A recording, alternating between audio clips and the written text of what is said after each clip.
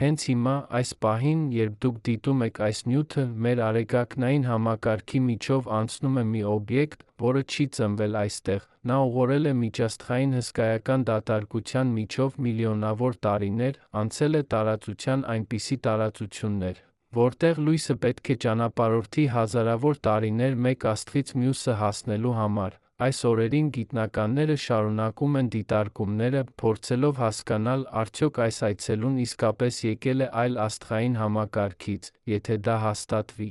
ապա երկրագնդյան պատմության մեջ սա կլինի միայն երրորդ անգամը, երբ մենք գրանցում ենք այլ աշխարհից եկած միջաստղային օբյեկտ, 3 անգամ ողջ մարդկության պատմության մեջ։ Պատկերացրեք այս անվերջ տարածությունը, որտեղ աստղերը մեկուսացված կղզիներ են լույսի անսահման օվկիանոսի մեջ, իսկ հիմա մի օբյեկտ, որը ձևավորվել է այդ հեռավոր աստղերից մեկի շուրջ, այցելել է մեր Ա.Ր.ը։ Ինչ է սա նշանակում, արդյոք միջաստղային ճանապարհորդությունները իրական են, թե՞ մենք դեռս լուսինս ենք միայն հասկանում տիեզերքի իրական բնույթը։ Կարող է արդյոք այս գիսաստղը կրել օրգանական մոլեկուլներ, կյանքի սերմերը մի համակարգից մյուսը։ Եկեք սկսենք ամենամոտիկից, որպեսզի հասկանանք, թե ինչու է միջաստղային այցելուի հայտնաբերումը այդքան անհավանական իրադարձություն։ Մեր արեգակնային համակարգը կազմված է արից ամեն ինչից, ինչը պտտվում է նրա շուրջ, 8 մոլորակներ, հարյուրավոր ուղեծրային օբյեկտներ, միլիոնավոր աստերոիդներ, միլիարդավոր գիսաստղեր, բոլորը ծնվել են նույն գազային փոշու ամպի միջից մոտավորապես 4 միլիարդ 600 միլիոն տարի առաջ։ Դրանք մեր համակարգի բնիկ բնակիչներն են։ Բայց երբեմն տեղի է ունենում մի բան անսովոր։ 2017 տարում հավայան աստղադիտարանների հեռադիտակները հայտնաբերեցին մի տարօրինակ օբյեկտ, որը շարժվում էր անհավանական արագությամբ։ Նրան անվանեցին Օումուամուա, ինչը հավայերենում նշանակում է առաջին հեռավոր պատգամավոր։ Երբ գիտնականները հաշվեցին նրա հետագիծը, նրանք ստացան ապշեցուցիչ արդյունք՝ օբյեկտը չէր պատկանում մեր արեգակնային համակարգին, նրա ուղեծիրը ցույց էր տալիս, որ այն եկել էր միջաստղային տարածությունից, անցել մեր համակարգի միջով, այժմ մեկնում էր դեպի անվերջ խավարը, այլս երբեք չվերադառնալու համար։ Սա բացարձակապես նոր էր։ Առաջին անգամ մարդկությունը գրանցեց մի օբյեկտ, որը հաստատապես չէր ծնվել մեր տեղային աստղի շուրջ։ 2 տարի անց, 2019 երկրորդ տարում, ռուս աստղաբան Գեննադի Բորիսովը հայտնաբերեց մեկ այլ միջաստղային այցելու։ Այս անգամ դա գիսաստղ էր, որը ստացավ 2i Borisov անվանումը։ Այն նիշը նշանակում է interstellar կամ միջաստղային։ Սա երկրորդ հաստատված օբյեկտն էր, որը եկավ այլ աստղային համակարգից։ Գիտնականները կարողացան ուսումնասիրել նրա սպեկտրը, որպեսզի պարզեն, թե ինչ նյութերից է կազմված։ Հետազոտությունները ցույց տվեցին, որ 2i Borisov-ը պարունակում է ջուր կարբոնի մոնոքսիդ, ճիշտ այնպես, ինչպես մեր համակարգի գիսաստղերը, բայց կային նա տարբերություններ, որոնք ցույց էին տալիս, որ այդ գիսաստղը ձևավորվել է տարբեր պայմաններում։ Հիմա 2022 տարում հնարավոր է, որ մենք հայտնաբերել ենք երրորդ միջաստղային այցելուն։ Նրան անվանում են 3i Atlas։ Եթե դա հաստատվի, սա կլինի ամենամեծ հայտնագործություններից մեկը վերջին տասնամյակների մեջ, բայց ինչու՞։ Ու է սա այդքան կարևոր։ Ինչու՞ պետք է մենք հույզված լինենք մի ձնագնդի համար, որը անցնում է մեր համակարգի միջով։ Պատասխանը պարզ է։ Միջաստղային օբյեկտները փոստատարներ են այլ աշխարհներից։ Դրանց ուսումնասիրությունը հնարավորություն է տալիս մեզ հասկանալ, թե ինչ է կատարվում այլ աստղային համակարգերում, առանց մեր համակարգից դուրս թռչելու։ Երբ գիտնականները վերլուծում են միջաստղային գիսաստղի սպեկտրը, նրանք տեսնում են, թե ինչ քիմիական տարրեր են առկա դրա մեջ։ Սա ուղղակիորեն պատմում է մեզ, թե ինչ տարրեր են ձևավորվում այդ հեռավոր աստղային համակարգում, ինչպիսի պայմաններ են եղել այնտեղ մոլորակների գիսաստղերի ձևավորման ժամանակ։ Պատկերացրեք, որ դուք ապրում եք մի կղզում, որը երբեք չեք կարող լքել։ Կյանքի ամբողջ ընթացքում դուք տեսնում եք միայն ձեր կղզին, նրա բուսականությունը, կենդանիները, քարերը, բայց մի օր ալիքը մի շիշ է բերում ապ։ Ներսում նամակ կա մի քանի անծանոթ բույսերի սերմեր, այս շիշը ձեր միակ պատուհանն է դեպի այլ աշխարհ, դրանով դուք կարող եք իմանալ, որ այլ կղզիներ կան, որ այնտեղ աճում են տարբեր բույսեր, որ մի ուրիշն էլ գոյություն ունի։ Միջաստղային գիսաստղերը ճիշտ նույն բանն են, դրանք շշեր են, որոնք թափառում են կոսմիկական օվկիանոսի միջով, գրելով տեղեկություններ այլ աստղերից։ Բայց դա ամենը չէ, կա մի ավելի խորը, ավելի տագնապալի հարց, ինչ է, եթե այս գիսաստղերը կրում են ավելին, քան պարզապես քիմիական տարրեր, ինչ է, եթե դրանք կրում են օրգանական մոլեկուլներ, կյանքի շինարարական բլոկները։ Գոյություն ունի մի տեսություն, որը կոչվում է պանսպերմիա, այն պնդում է, որ կյանքը չի ծագել միայն Երկրի վրա, այլ տարածվել է տիեզերքում աստերոիդների գիսաստղերի միջոցով։ Մի աստղային համակարգում ծագած միկրոօրգանիզմները կարող են գոյատել կոսմոսի ծայրահեղ պայմաններում տեղափոխվել մեկ այլ համակարգ, որտեղ նոր կյանք կսկսվի։ 2021 տարում Հարվարդի համալսարանի գիտնականները հրապարակեցին ուսումնասիրություն, որը ցույց էր տալիս, որ միջաստղային գիսաստղերը կարող են պահպանել սառեցված միկրոօրգանիզմներ իրենց ներսում միլիոնավոր տարիներ, աստերիկային ճառագայթումը, ծայրահեղ ցուրտը, վակուումը, ոչինչ չէր կարող ոչնչացնել այս կյանքի սերմերը, եթե դրանք պաշտպանված էին գիսաստղի սառույցի փոշու շերտերի տակ, սա նշանակում է, որ մեր Երկրի վրա կյանքը կարող է իսկապես ծագել այլուր, մենք բոլորս կարող ենք լինել այլմոլորակայինների սերունդները, որոնց նախնիները ժամանել են գիսաստղի հետ միլիարդավոր տարիներ առաջ։ Թե ինչու մենք չենք տեսնում ավելի շատ միջաստղային օբյեկտներ, արդյոք դրանք իսկապես այդքան հազվադեպ են, թե պարզապես մեր տեխնոլոգիան դեռ անբավարար է դրանք հայտնաբերելու համար, պատասխանը մի փոքր երկուսն էլ է, միջաստղային օբյեկտները իսկապես հազվադեպ են, բայց ոչ այնքան, որքան մենք մտածում էինք, համաձայն վերջին հաշվարկների։ Մեր արեգակնային համակարգի միջով ամեն տարի անցնում է մի քանի միջաստղային օբյեկտ, բայց նրանք շատ փոքր են, շատ մուգ, շատ արագ շարժվում են, հայտնաբերելը նման է փորձելու տեսնել մի փոքր սքար, որը թռչում է մութ գիշերային երկնքում մի քանի հազար կիլոմետր/ժ։ Միայն վերջին տասնամյակում մեր հեռադիտակները դարձան բավականաչափ հզոր այս օբյեկտները հայտնաբերելու համար։ Pan-STARRS հեռադիտակը Հավայում, որը հայտնաբերեց Օումուամուան, սկսեց գործել 2010 տարում, Atlas ծրագիրը, որը հայտնաբերեց 3 Atlas-ը, սկսեց ամբողջական գործունեությունը 2015 տարում։ Այս համակարգերը սկանավորում են երկինքը ամեն գիշեր, որոնելով ցանկացած շարժվող օբյեկտ, նրանք հայտնաբերում են աստերոիդներ, գիսաստղեր, վուլկաներ։ Իսկ երբեմն մի բան ավելի հետաքրքիր, մի բան, որը չպետք է լիներ այստեղ։ Երբ Atlas համակարգը առաջին անգամ հայտնաբերեց 3 Atlas-ը, գիտնականները անմիջապես նկատեցին, որ ինչ-որ բան այլ է, օբյեկտի հետագիծը բավականին տարօրինակ էր, այն չէր նման մեր համակարգից ծագած գիսաստղի հավանական ուղեծրին։ Այն շատ էր նման այն ուղեծրին, որով պետք է շարժվեր մի օբյեկտ, որը մտնում է համակարգ մեծ արագությամբ, այլուրից, բայց մեկ հայտնաբերում բավարար չէ, գիտնականները պետք է դիտարկեն օբյեկտը հարյուրավոր անգամ տարբեր հեռադիտակներով, հաշվեն նրա ճշգրիտ ուղեծիրը, չափեն նրա արագությունը բոլոր 3 չափերով։ Եվրոպական արային աստղադիտարանի հեռադիտակները Չիլիում սկսեցին հետել 3 Atlas-ին, Կեքի աստղադիտարանը Հավայում միացավ դիտարկումներին, համակարգիչները վերլուծում էին տվյալները, հաշվում էին հազարավոր տարբեր սցենարներ, կարող է արդյոք այս ուղեծիրը բացատրվել, եթե օբյեկտը ծագած լինի մեր համակարգից, թերս մի ավելի հին գիսաստղ, որի հետագիծը խանգարվել է Յուպիտերի ուժեղ ձգողականությամբ, կամ թերս մի աստերոիդ, որը ցատկել է արտաքին մոլորակների միջով։ Բայց որքան ավելի շատ տվյալներ էին հավաքվում, այնքան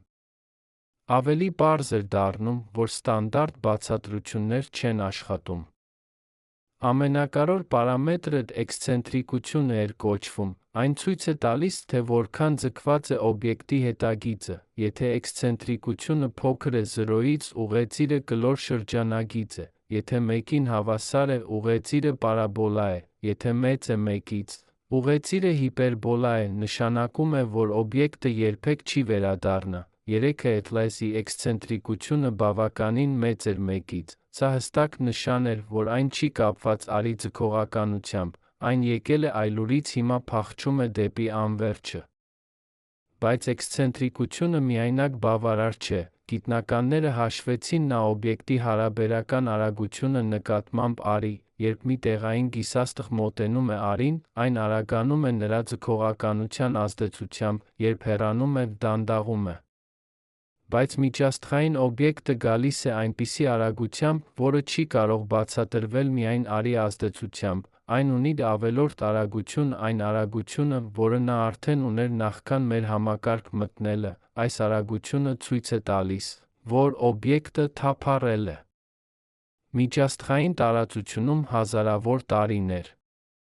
Երբ բոլոր տվյալները միասին վերլուծվեցին, գիտնականները հասան եզրակացության, որ 3 էթլեսը ամենայն հավանականությամբ միջաստղային օբյեկտ է, հավանականությունը կազմեց ավելի քան 95%, սա բավականին ուժեղ ապացույց է, թե դեռ պահանջվում են լրացուցիչ դիտարկումներ վերջնական հաստատման համար, բայց եթե դա ճիշտ է, ապա մենք հիմա ունենք երրորդ հաստատված միջաստղային այցելուն, երրորդը մարդկության պատմության մեջ, երրորդը 5 տարվա ընթացքում։ Դա նշանակում է, որ միջաստղային ուղղորությունները ոչ թե հազվագյուտ անոմալիաներ են, այլ բավականին կանոնավոր ելույթ, տիեզերքը լի է գիսաստղերով, աստերոիդներով, փոշիով, որոնք թափառում են մի աստղից մյուսը, գալակտիկան մի հսկայական փոխանակման ցանց է, որտեղ յուրաքանչյուր աստղային համակարգ ուղարկում ստանում է հյուրեր, մեր Արը ոչ մի բացառություն չէ, մենք մաս ենք այս տիեզերական հոսքի, իսկ դա իր հերթին բացում է մի անսպասելի հարց։ Եթե գիսաստղերն անընդհատ ճանապարհորդում են միջաստղային տարածությամբ, արդյոք հնարավոր է, որ մեր իսկ Երկիրը մեկ անգամ ավելի շատ կյանք է ստացել կոսմոսից, քան ինքն է ստեղծել։ Պանսպերմիայի տեսությունը, որը նախկինում համարվում էր գիտաֆանտաստիկա, այժմ դառնում է ավելի հավանական, եթե միջաստղային գիսաստղերը անցնում են մի համակարգից մյուսը, եթե դրանք կարող են պահպանել սառեցված մոլեկուլներ միլիոնավոր տարիներ, եթե դրանք միջանկյալ ընկնում են մոլորակների մթնոլորտներ այրվում են, ազատելով իրենց բովանդակությունը, ապա կյանքի սերմերը կարող են իսկապես տարածվել ողջ գալակտիկայում, մեր նախնիների դնթն կարող է պարունակել տարրեր, որոնք ծագել են հազարավոր լուսատարիների հեռավորության վրա, մի աստղի շուրջ, որի անունը մենք երբեք չենք իմանա։ Բայց մենք առաջ ենք վազում, նախքան այս խոր փիլիսոփայական հարցերը քննարկելը, եկեք հասկանանք, թե ինչ է իրականում 3 էթլեսը, ինչպես է այն տարբերվում մեր համակարգի գիսաստղերից, գիսաստղերը պատկերացվում են որպես կեղտոտ ձնագնդեր։ Այդպես նրանց անվանեց աստղաֆիզիկոս Ֆրեդ Ուիպլը 1950 տարվա մոտ, գիսաստղի միջուկը կազմված է սառույցից, փոշուց, ժայռերից, երբ գիսաստղը մոտենում է արին, այդ սառույցը սկսում է գոլորշանալ արային ջերմության ներքո։ Գոլորշիները փոշին ձավորում են գիսաստղի բնորոշ պոչը, այն պայծառ շղթան, որը մենք տեսնում ենք երկնքում։ Մեր համակարգի գիսաստղերը սովորաբար գալիս են օրտի ամպից, մի հսկայական ոլորտից, որը շրջապատում է արեգակնային համակարգը մոտավորապես 1 լուսատարվա հեռավորության վրա, այնտեղ գտնվում են տրիլիոնավոր սառեցված օբյեկտներ, որոնք մնացել են արեգակնային համակարգի ձավորման ժամանակներից, երբեմն մի անցնող աստղ կամ գալակտիկական ալիք խանգարում է դրանցից մեկի հետագիծը, այն սկսում է ընկնել դեպի ներքին համակարգ, այս ճանապարհորդությունը կարող է տել միլիոնավոր տարիներ։ Երբ վերջապես գիսաստղը հասնում է արի մոտակայք, մենք տեսնում ենք այն որպես պայծառ լույսի աղբյուր երկնքում։ Բայց միջաստղային գիսաստղերը տարբեր են, դրանք ձավորվել են մեկ այլ աստղի շուրջ, բոլորովին այլ պայմաններում, այդ աստղը կարող է ավելի ջերմ լինել կամ ավելի սառը, քան մեր Արը, այն կարող է ունենալ ավելի շատ մետաղներ կամ ավելի քիչ։ Այդ աստղային համակարգի գիսաստղերը կկազմված լինեն այլ հարաբերակցությամբ տարրերից։ Երբ մենք վերլուծում ենք միջաստղային գիսաստղի սպեկտրը, մենք տեսնում ենք այլ աշխարհի քիմիան։ Սա նման է տեսնելու ֆինգերպրինտը հանցագործության տեղում հասկանալու, որ այն պատկանում է մի անծանոթ անձի, ում դուք երբեք չեք հանդիպել։ 2. Բորեսովի դեպքում գիտնականները կարողացան ստանալ մանրամասն սպեկտրներ հայտնաբերեցին, որ այն պարունակում է ջուր, կարբոնի մոնոքսիդ, ցիանհիդրոգեն, սրանք նույն տարրերն են, որոնք կան մեր համակարգի գիսաստղերում։ Բայց հարաբերակցությունները տարբեր էին։ 2. Բորեսովը պարունակում էր ավելի շատ կարբոնի մոնոքսիդ, քան սպասվում էր։ Սա ցույց էր տալիս, որ այն ձևավորվել է ավելի սառը տարածքում, քան մեր համակարգի գիսաստղերը։ Թերս այն ծագել է մի աստղային համակարգից, որտեղ աստղը ավելի թույլ է, քան մեր Ա-ը, կամ թերս այն ձևավորվել է շատ հեռու իր մայր աստղից, այնտեղ, որտեղ տաքությունը բավականին ցածր է, որպեսզի կարբոնի մոնոքսիդը չգոլորշանա։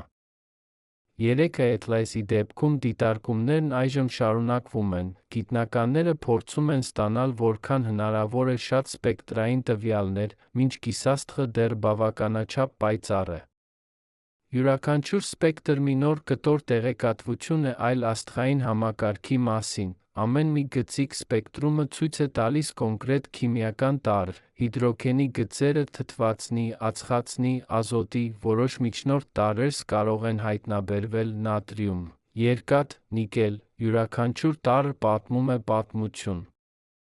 Բայց ինչու են այս գիսաստղերը հեռանում իրենց մայր համակարգերից, սկսում միջաստղային ճանապարհորդություն։ Կան մի քանի հնարավոր սցենարներ։ Առաջին սցենարը կապված է հսկա մոլորակների հետ, երբ մի գիսաստղ մոտենում է մի հսկա գազային մոլորակի, ինչպիսին Յուպիտերն է, այդ մոլորակի հսկայական ձգողականությունը կարող է կտրուկ փոխել գիսաստղի հետագիծը։ Եթե ճիշտ անկյունից մոտենա, գիսաստղը կարող է ստանալ այնպիսի արագություն, որը կթույլ տա նրան հաղթահարել աստղի ձգողականությունը, փախչել դեպի միջաստղային տարածություն։ Սա կոչվում է գրավիտացիոն պարսատում։ Երկրորդ սցենարը կապված է աստղերի փոխազդեցության հետ։ Շատ աստղեր ապրում են երկուական կամ բազմակի համակարգերում, որտեղ երկու կամ ավելի աստղեր պտտվում են մեկը մյուսի շուրջ։ Երբ մի գիսաստղ անցնում է այդպիսի համակարգի միջով, աստղերի համակցված ձգողականությունը կարող է այն նետել դուրս անհավանական արագությամբ։ Երրորդ սցենարը ավելի ծայրահեղ է, երբ երկու աստղային համակարգ բախվում են կամ շատ մոտ անցնում են մեկը մյուսից կողքով, նրանց մեջ գտնվող գիսաստղերը կարող են գրավիտացիոն քաոսի մեջ նետվել, փախչել դեպի ցանկացած ուղղություն։ Բոլոր այս սցենարները ենթադրում են, որ գալակտիկայում պետք է լինի հսկայական քանակություն թափառող գիսաստղեր։ Համաձայն մոդելավորումների, միայն մեր ծիր-կաթնային գալակտիկայում կարող է լինել մի քվադրիլիոն միջաստղային գիսաստղ, մի համարով 1,15,0։ Սա անհավատալի մեծ թիվ է, դրանցից միայն մի փոքր մասն է երբեք անցնում աստղային համակարգերի հարանությամբ, դրանցից էլ ավելի փոքր մասն է բավականաչափ պայծառ, որպեսզի մենք կարողանանք հայտնաբերել, բայց նույնիսկ այդ փոքր ֆրակցիան բավարար է, որպեսզի մենք տեսնենք մի քանի միջաստղային հյուրեր ամեն տասնամյակում։ Հիմա պատկերացրեք, որ դուք կանգնած եք մի բարձր լեռան գագաթին մութ գիշերում, վերում տարածվում է աստղերով լցված երկինք, յուրաքանչյուր աստղ հնարավոր աստղային համակարգ է, շատերը ունեն մոլորակներ, գիսաստղեր, աստերոիդներ։ Դրանցից ամեն մեկը մի փոքր օաս է կոսմիկական անապատում, իսկ այդ համակարգերի մեջ անվերջ դատարկություն, բայց այդ դատարկությունը ոչ թե լրիվ դատարկ է, այն լի է թափառող գիսաստղերով, փոշով, գազով, որոնք շարժվում են հազարավոր տարիներ մի կողմից մյուսը։ Դրանցից մի քանիսը երբեմն անցնում են մեր համակարգի կողքով, և երբ դա տեղի է ունենում, մենք ունենք եզակի հնարավորություն տեսնելու այլ աստղի երեխային։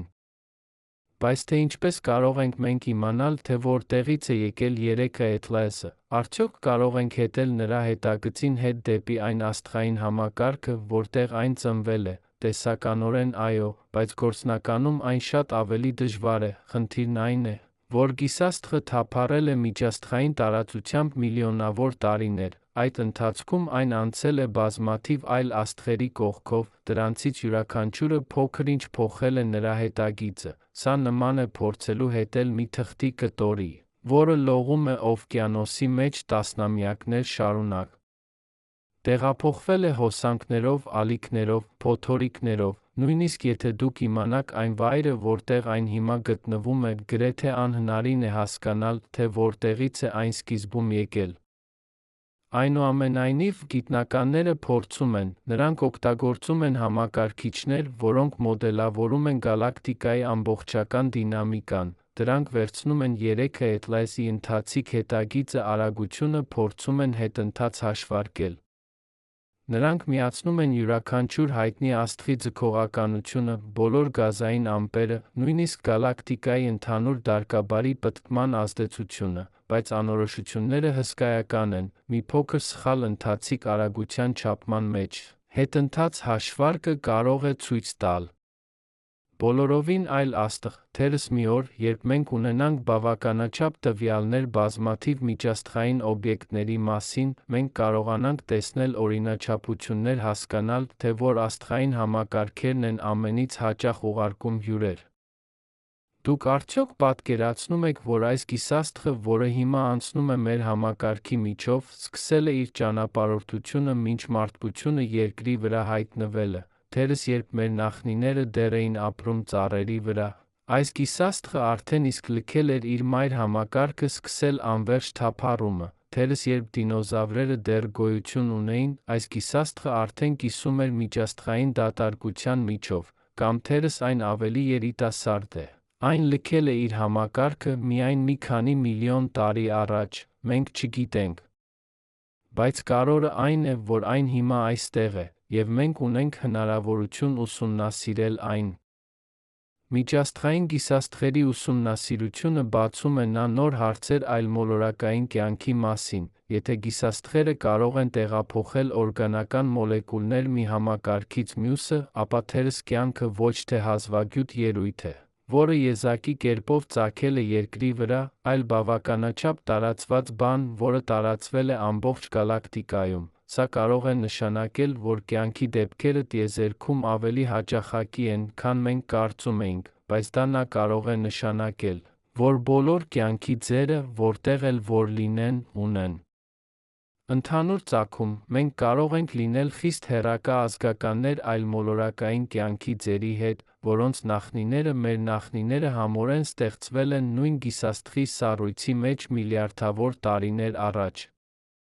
Բայց միթե սա բոլորովին անհավանական չի թվում, միթե կյանքը չէր կարող պարզապես ծագել երկրի վրա անկախ, իհարկե, այն հնարավոր է, կան գիտնականներ, ովքեր հավատում են, որ կյանքը ծագեց ճիշտ այստեղ, մեր մոլորակի վրա, մոտավորապես 3 միլիարդ 800 միլիոն տարի առաջ, նրանք պնդում են, որ երկրի վրա եղել են բոլոր անհրաժեշտ պայմանները, ջուր, էներգիա, քիմիական տարրեր, աստղաֆիզիկոս Կարլ Սագանը հավատում էր, որ կյանքը պետք է լինի տիեզերքի բնական հետանգ, որտեղ էլ պայմանները համապատասխան լինեն, նրա խոսքով,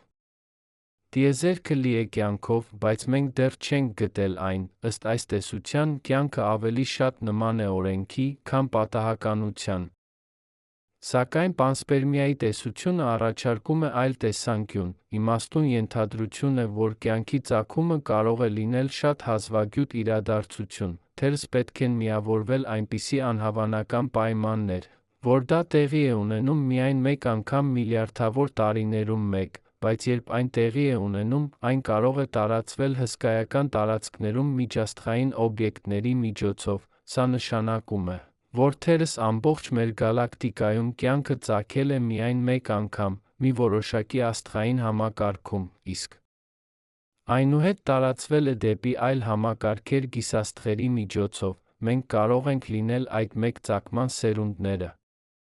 Համաձայն այս տեսության, կյանքը պետք է ունենա որոշակի ցանցային ազդեցություն, որքան ավելի շատ համակարգեր են ունենում կյանք, այնքան ավելի շատ գիսաստղեր են կարող տեղափոխել այդ կյանքը մյուս համակարգերը, սա նման է վարակի տարածմանը։ Եթե մի մարդ վարակված է, նա կարող է վարակել քիչ այլ մարդկանց, բայց եթե 100 մարդ վարակված է, ապա վարակը տարածվում է ավելի արագ, մինույն կերպ, եթե բազմաթիվ աստղային համակարգեր արդեն ունեն կյանք, ապա նոր համակարգերը ավելի շատ հավանականությամբ կվարակվեն, սա կարող է բացատրել, թե ինչու կյանքը թերս ավելի տարածված է, քան մենք կարծում էինք։ Բայց բոլոր այս տեսությունները մնում են տեսություններ, մինչ մենք ունենանք ուղղակի ապացույցներ, եւ այդ ապացույցները կարող են գալ ճիշտ միջաստղային գիսաստղերի ուսումնասիրությունից, եթե մենք կարողանանք գտնել օրգանական մոլեկուլներ 3 էտլասի մեջ, կամ ավելի բարդ ամինաթթուներ, նուկլեոտիդներ, ապա այն կլինի կարևոր ապացույց, որ կյանքի շինարարական բլոկները կարող են գոյատել միջաստղային ճանապարհորդության ընթացքում, եւ եթե մենք գտնենք նույնիսկ մի պարզագույն միկրոօրգանիզմի աղետած մնացորդներ, այն կլինի վեհագույն հայտնագործությունը մարդկության պատմության մեջ։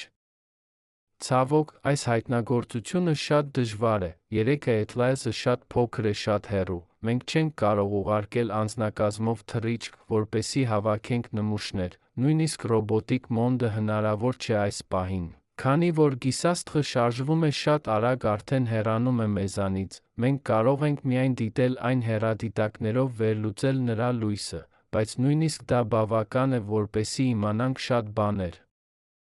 Սպեկտրային վերլուծությունը թույլ է տալիս մեզ տեսնելու քիմիական կազմը, նույնիսկ առանց ֆիզիկապես դիպչելու օբյեկտին։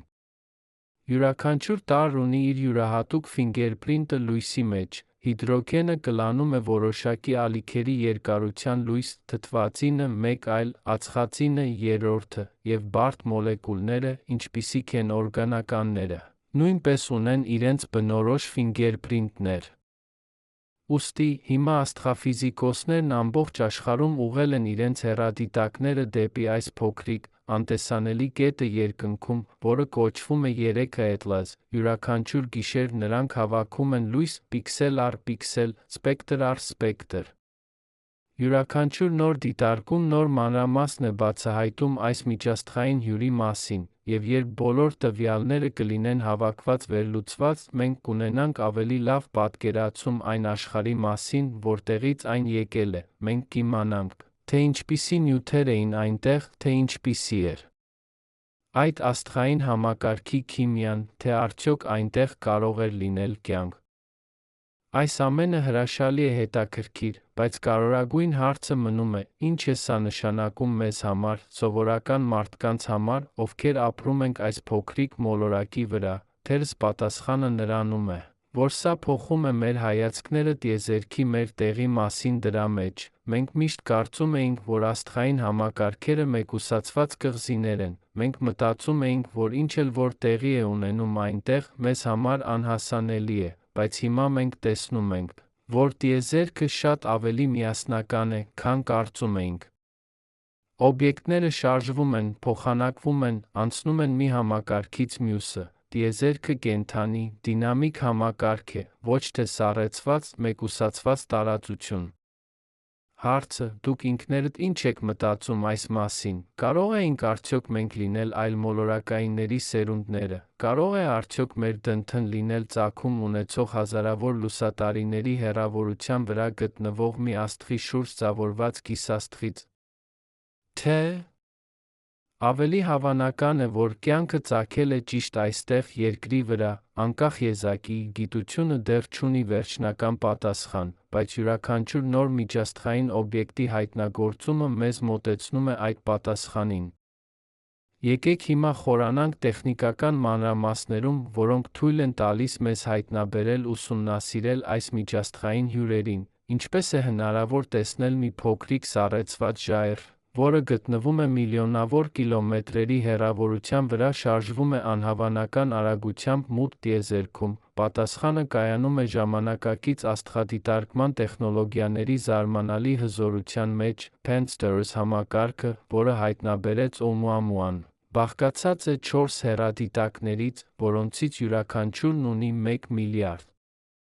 400 միլիոն պիքսել տեսողություն, պատկերացրեք ձեր սմարթֆոնի տեսախցիկը, որը թերս ունի 12 միլիոն պիքսել, 36 անգամ ավելի թույլ է, քան այս մեկ հեռադիտակը։ Բայց պիքսելները միայն կես պատմությունն են, այս հեռադիտակները նախագծված են որոնելու շարժվող օբյեկտներ, յուրաքանչյուր գիշեր նրանք նկարում են երկնքի նույն հատվածները բազմիցս, այնուհետ համակարգիչները համեմատում են այս նկարները։ Եթե ինչ-որ բան տեղաշարժվել է ավելի քան մի քանի արկսեկունդներ, ծրագիրը ազդանշան է տալիս, սա թույլ է տալիս հայտնաբերել աստերոիդներ, գիսաստղեր, նույնիսկ շատ հեռու գտնվող գալակտիկաներում ծայրահեղ պայթյուններ։ Բայց միջաստղային օբյեկտները առանձնանում են իրենց անսովոր հետագծերով։ Նրանք չեն հետում Կեպլերի օրենքներին, որոնք նկարագրում են, թե ինչպես պետք է շարժվեն մեր համակարգի օբյեկտները։ Atlas ծրագիրը, որը հայտնաբերեց 3 Atlas-ը, աշխատում է նման սկզբունքով, բայց ավելի լայն տարածքով, 4 հեռադիտակներ տարբեր վայրերում Հավայում, Հարավային Աֆրիկայում սկանավորում են ողջ երկինքը 3 գիշերը մեկ անգամ, սա ավելի քիչ մանրամասն է, քան Pan-STARRS-ը, բայց ավելի լայն ծածկույթ ունի, յուրաքանչյուր գիշեր այս ծրագիրը հայտնաբերում է հազարավոր աստերոիդներ, հարյուրավոր գիսաստղեր երբեմն մի բան իսկապես անսովոր, 2022 տարվա սկզբին համակարգը գրանցեց մի օբյեկտ, որը շարժվում էր այնպիսի ուղեծրով, ինչպիսին նախկինում չէր տեսվել։ Գիտնականները անմիջապես սկսեցին հետազոտությունները, Լաս Կումբրես աստղադիտարանը Կանարյան կղզիներում միացավ դիտարկումներին, Ջեմինի հեռադիտակները Հավայում, Չիլիում նույնպես ուղղվեցին դեպի այս տարօրինակ օբյեկտը։ Յուրաքանչյուր դիտարկում ավելի շատ տվյալներ էր ավելացնում, ուղեծիրը դառնում էր ավելի ճշգրիտ, արագության չափումները ավելի հուսալի, և յուրաքանչյուր նոր հաշվարկ ուժեղացնում էր հիպոթեզը, որ այս օբյեկտը չի պատկանում մեր արեգակնային համակարգին։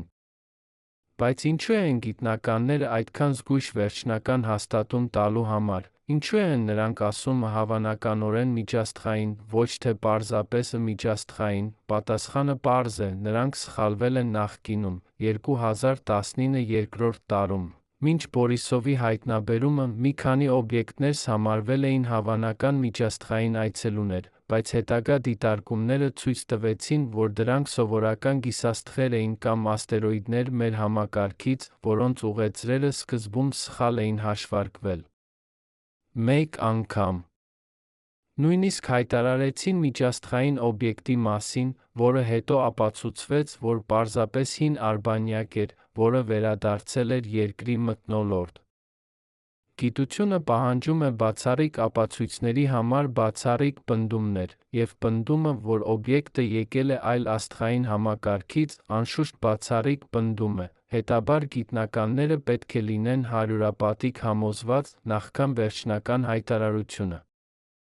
Նրանք պետք է բացառեն յուրաքանչյուր այլընտրանքային բացատրություն, թերս օբյեկտը ստացել է դրդում գիսաստղից ելնող գազերից, թերս նրա ուղեծիրը ազդել է մի չհայտնաբերված մոլորակից, թերս չափման սխալներ կան, միայն երբ բոլոր այլ հնարավորությունները հերքվեն։ Միայն այն ժամանակ կարելի է վստահաբար ասել, այո, սա միջաստղային օբյեկտ է։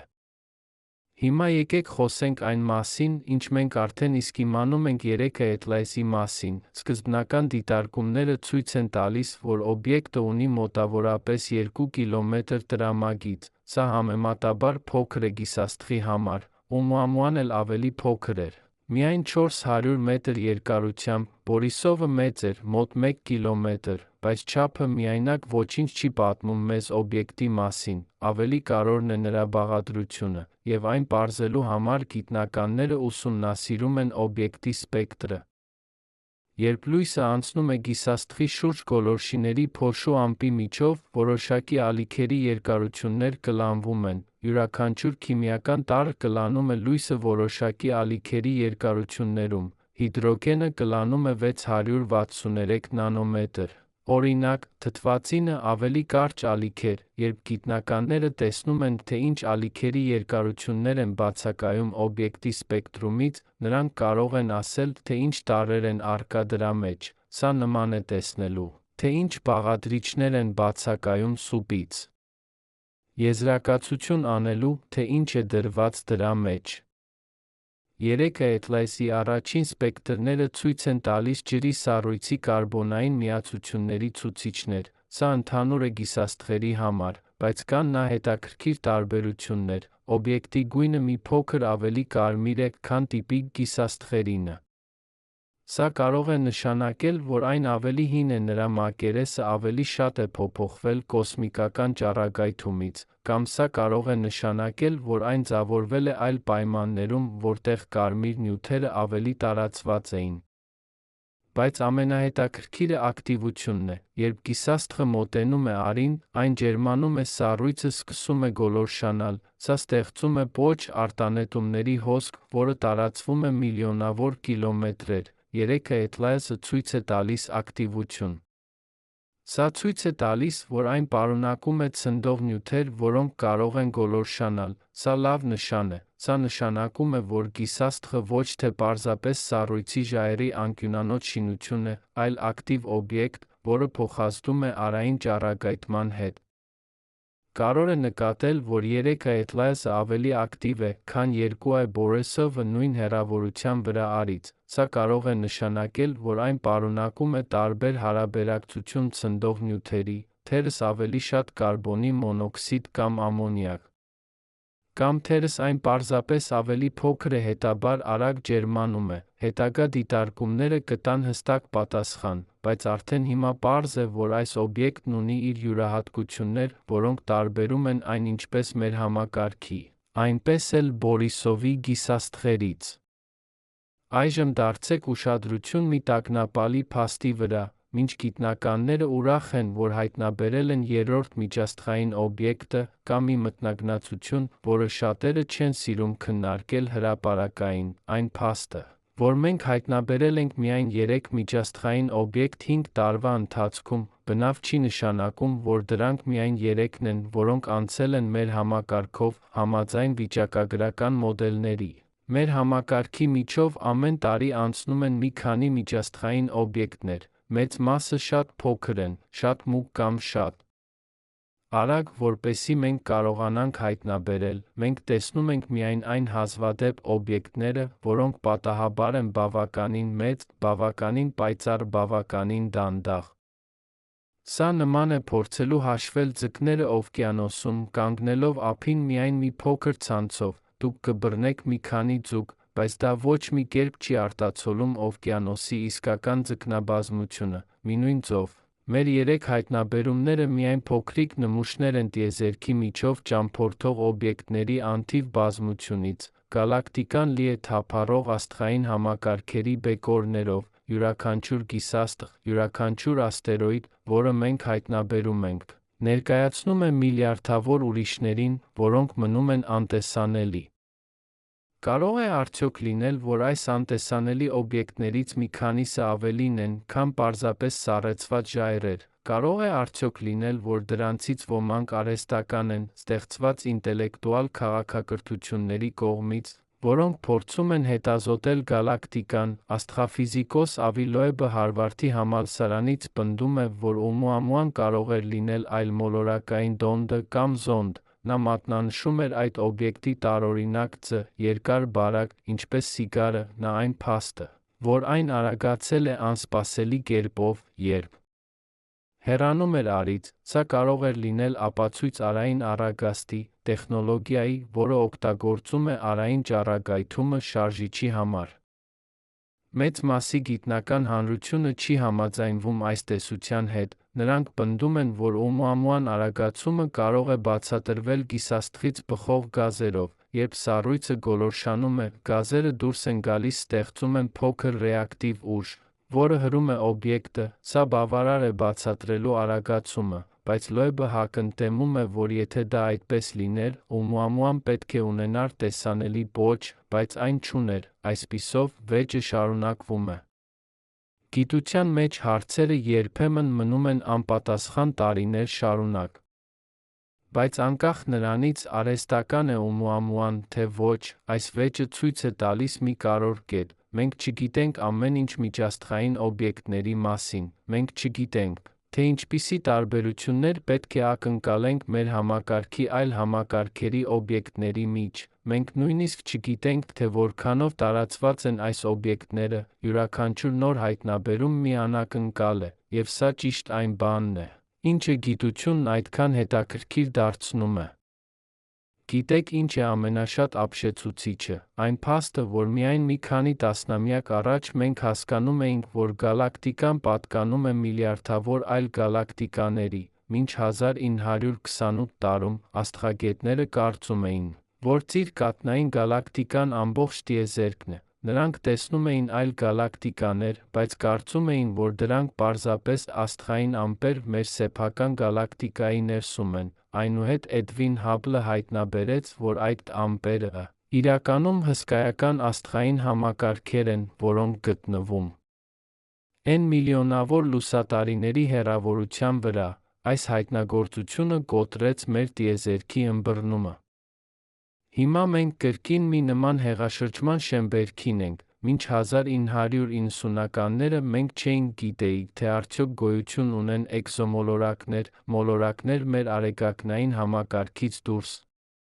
Հիմա մենք իմանում ենք ավելի քան 5000 էկզոմոլորակ, եւ վերջին տասնամյակում մենք սկսել ենք հայտնաբերել միջաստղային օբյեկտներ, յուրաքանչյուր նոր հայտնագործություն ավելի է ընդլայնում մեր հորիզոնները, յուրաքանչյուր հայտնագործություն ցույց է տալիս, որ տիեզերքը ավելի բարդ, ավելի փոխկապակցված, ավելի դինամիկ է, քան մենք երբեք մտածել էինք։ Եվ այստեղ կա մի բան, որի մասին գիտնականները հազվադեպ են խոսում հրապարակային, գոյություն ունի մի խնդիր, որը կոչվում է ընտրության ազդեցություն, մենք կարող ենք հայտնաբերել միայն այն միջաստղային օբյեկտները, որոնք բավականաչափ մեծ պայծառ են մեր ընթացիկ տեխնոլոգիայի համար, սա նշանակում է, որ մեր ընկալումը միջաստղային օբյեկտների մասին խեղված է, մենք կարող ենք կարծել, որ միջին միջաստղային գիսաստղը 2 կիլոմետր տրամագիծ ունի, քանի որ դա մեր 3 հայտնաբերումների միջին չափն է, բայց իրականում միլիարդավոր փոքր օբյեկտներ կարող են լինել, որոնք մենք պարզապես չենք տեսնում։ Սա նման է փորձելու հասկանալ, թե ինչպիսի են թռչունները, դիտելով միայն արծիվներին, դուք կարող եք կարծել, որ բոլոր թռչունները մեծ հզոր են, բայց դուք կտեսնեք ողջ աշխարհը փոքր ջնջղուկների, կարծրաթերի, հնչակների, մինույն ծով։ Մեր միջաստղային օբյեկտների ընկալումը հավանաբար շատ անամբողջական է, մենք տեսնում ենք միայն արծիվներին մեծ, պայծառ, դանդաղ օբյեկտները, բայց գալակտիկան հավանաբար լի է ջնջղուկներով, փոքր, մուգ, արագ օբյեկտներով, որոնք մնում են անտեսանելի մեզ համար։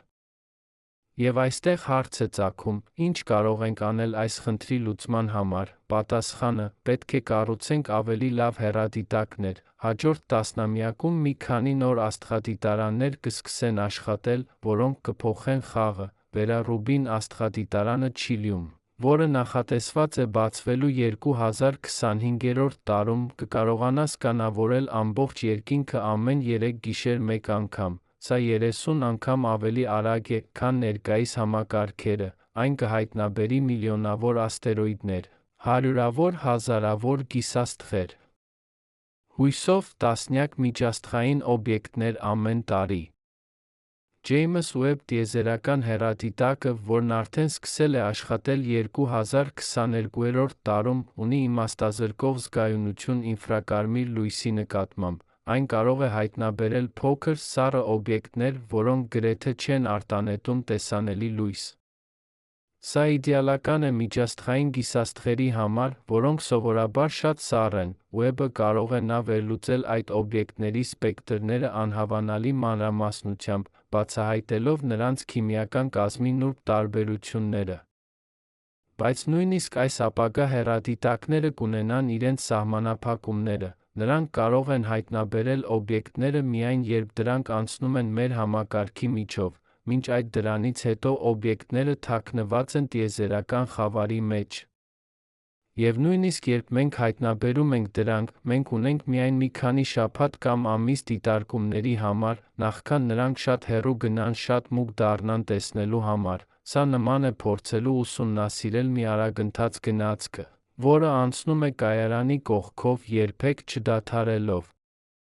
Իսկ ինչ կլիներ, եթե մենք կարողանայինք ակտիվորեն որսալ այս օբյեկտները, ինչ կլիներ, եթե մենք ուղարկեինք տիեզերանավ միջաստղային գիսաստղի հետ, սա չէ գիտաֆանտաստիկա, մի քանի գիտնականներ արդեն քննարկում են այս հնարավորությունը, խնդիրն այն է, որ մենք պետք է շատ արագ գործենք, երբ միջաստղային օբյեկտը հայտնաբերվում է, այն արդեն ներսում է մեր համակարգի շարժվում է արագությամբ, որը գերազանցում է մեր ցանկացած տիեզերանավի կարողությունները։ Մենք չենք կարող հասնել դրան հավանական ժամանակահատվածում։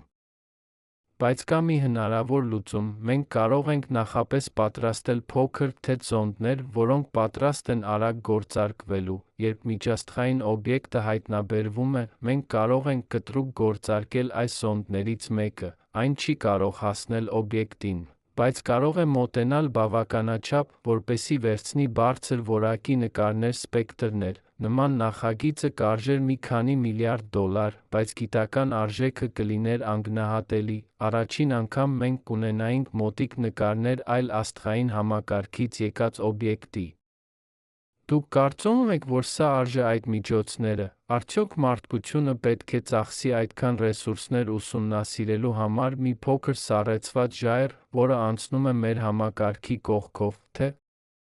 ավելի լավ է ուղղել այդ գումարը առողջապահության, կրթության, կլիմայի փոփոխության դեմ պայքարի համար։ Սա իրական դիլեմա է, որը մարդկությունը միշտ ունեցել է, որքան պետք է մենք ներդրենք հիմնական գիտության մեջ, երբ կան այդքան շատ անմիջական խնդիրներ լուծելու համար։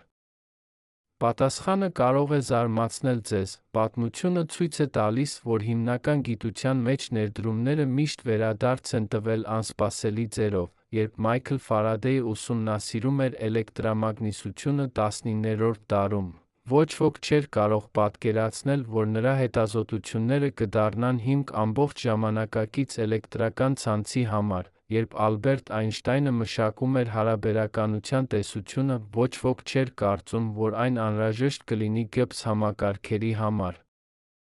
Եվ երբ քվանտային մեխանիկայի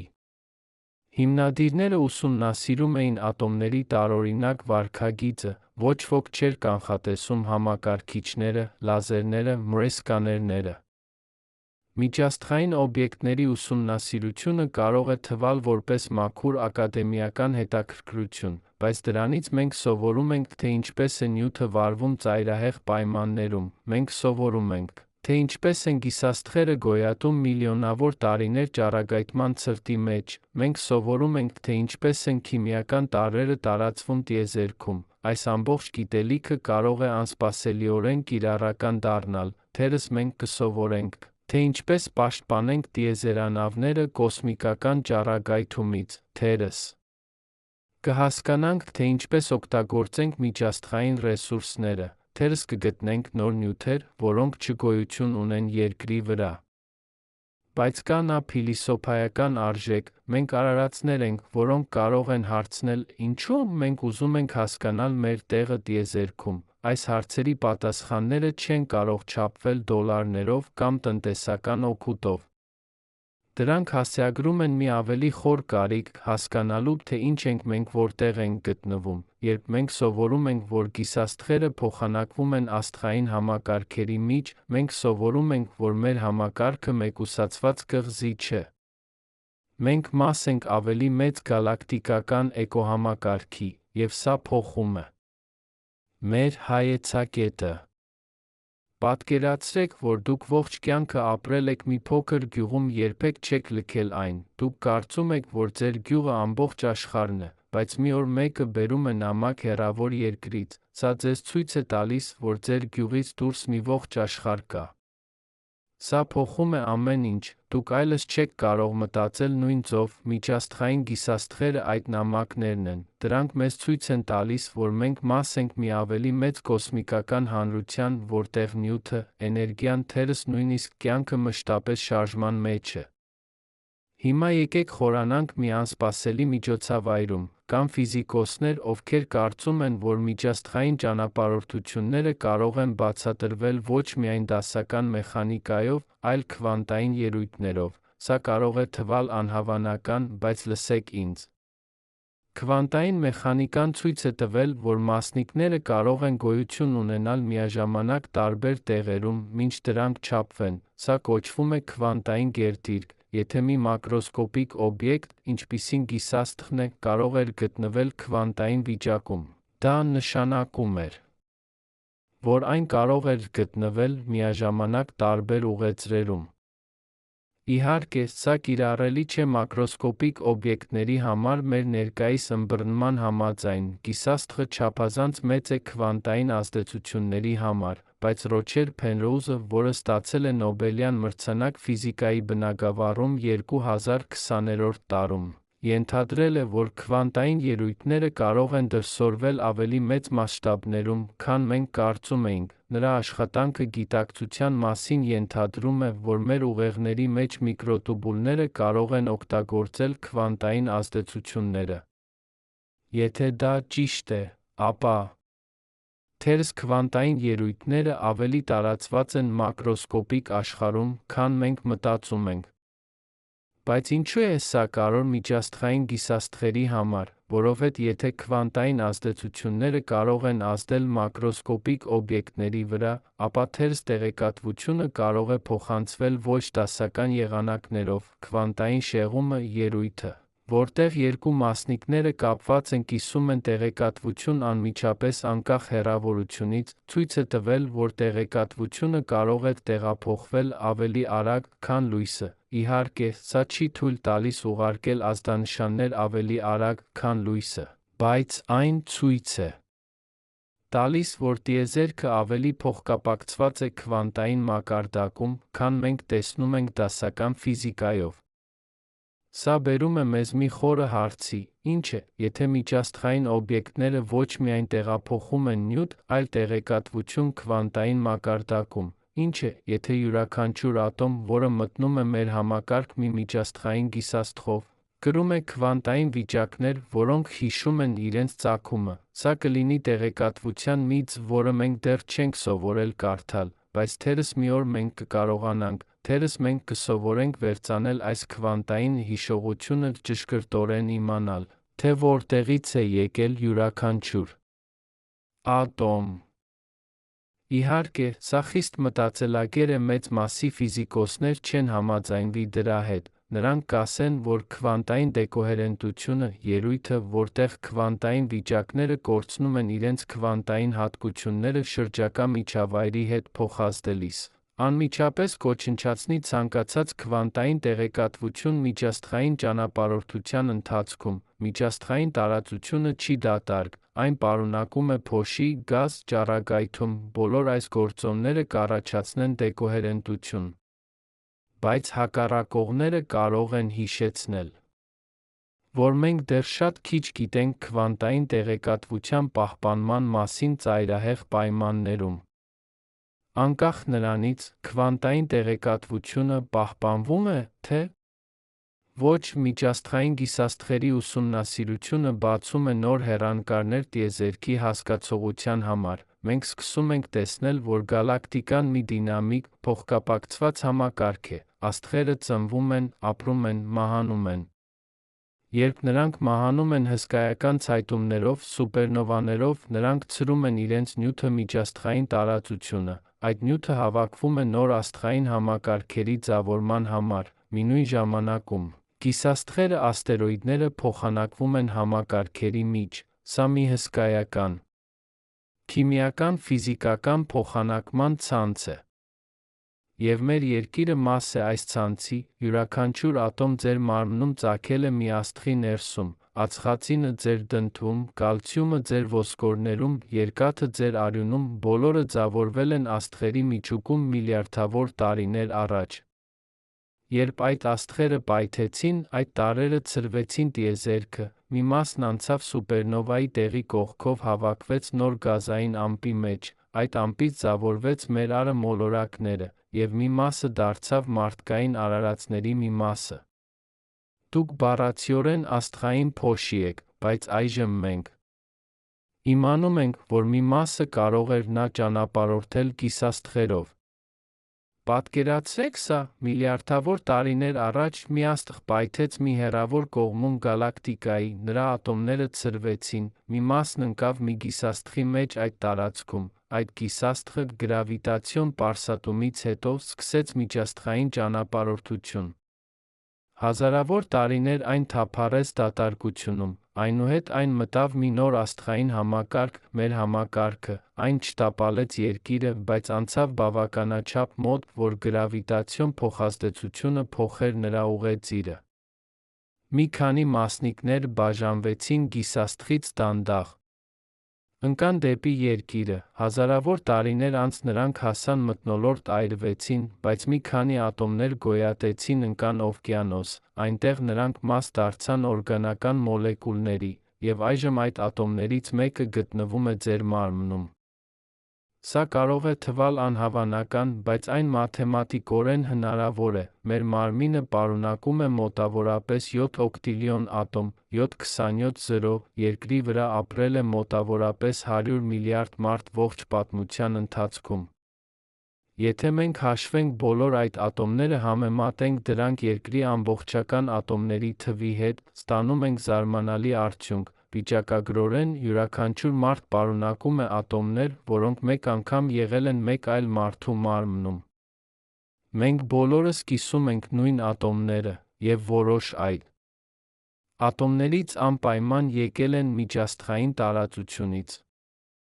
Սա նշանակում է, որ դուք գրեթե ունեք մի ատոմ, որը մեկ անգամ եղել է Կլեոպատրայի մարմնում, ունեք մի ատոմ, որը մեկ անգամ եղել է դինոզավրի մարմնում, ունեք մի ատոմ, որը մեկ անգամ եղել է ծառում, ծովում, քարում, և ունեք ատոմներ, որոնք եկել են այլ աստղային համակարգերից։ Մենք բոլորս փոխկապակցված ենք ոչ միայն մեկը մյուսի հետ, այլ ամբողջ գալակտիկայի հետ։ Մեր սահմանները, որոնք մենք կարծում ենք, որ այդքան պարզ են, իրականում անհստակ են, որտեղ ավարտվում է, դուք սկսվում է արտաքին աշխարհը, երբ ատոմները անընդհատ փոխանակվում են։ Եվ այստեղ գալիս ենք մի վճռական հարցի. եթե մենք այդքան փոխկապակցված ենք տիեզերքի հետ, եթե մեր ատոմները եկել են հեռավոր աստղերից, եթե գիսաստղերը տեղափոխում են նյութ համակարգերի միջ, արդյոք մենք իսկապես առանձին ենք։ Կամ մենք պարզապես մի ժամանակավոր միավորում ենք ատոմների, որոնք գալիս են գնում են, դուք նույն անձը եք, որը եղել եք 10 տարի առաջ, բայց գրեթե բոլոր ատոմները ձեր մարմնում փոխարինվել են այդ ժամանակահատվածում, հին ատոմները դուրս են եկել, նորերը մտել են, այնպես որ տարրական մակարդակում դուք տարբեր մարդ եք, սակայն դուք զգում եք անընդհատություն։ Ինչու՞։ Պատասխանը կայանում է ոչ թե ատոմների մեջ, այլ կառուցվածքում, կարևոր չէ այն, թե որ ատոմներն են, այլ այն, թե ինչպես են դրանք կազմակերպված, մեր գիտակցությունը, մեր հիշողությունները, մեր անհատականությունը առաջանում են ատոմների կառուցվածքից, ոչ թե ինքնին ատոմներից, սա նման է համակարգչի մ, կարևոր չէ, թե որ էլեկտրոններն են հոսում միկրոչիպերի միջով, այլ այն, թե ինչպես են դրանք կազմակերպված տվյալների ծրագրերի մեջ, մի նույն ձով, մենք կառուցվածք ենք, ոչ թե նյութ։ Եվ այդ կառուցվածքը կարող է գոյատել։ Նույնիսկ երբ ատոմները փոխարինվում են։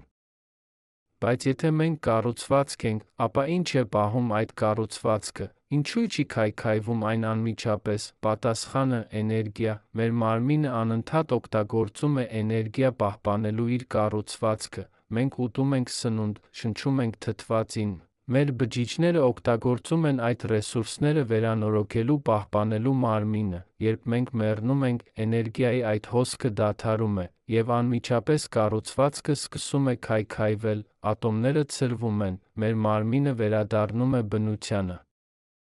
Եվ այդ ատոմները կդառնան հող, բույսեր, կենդանիներ, ցիկլը շարունակվում է։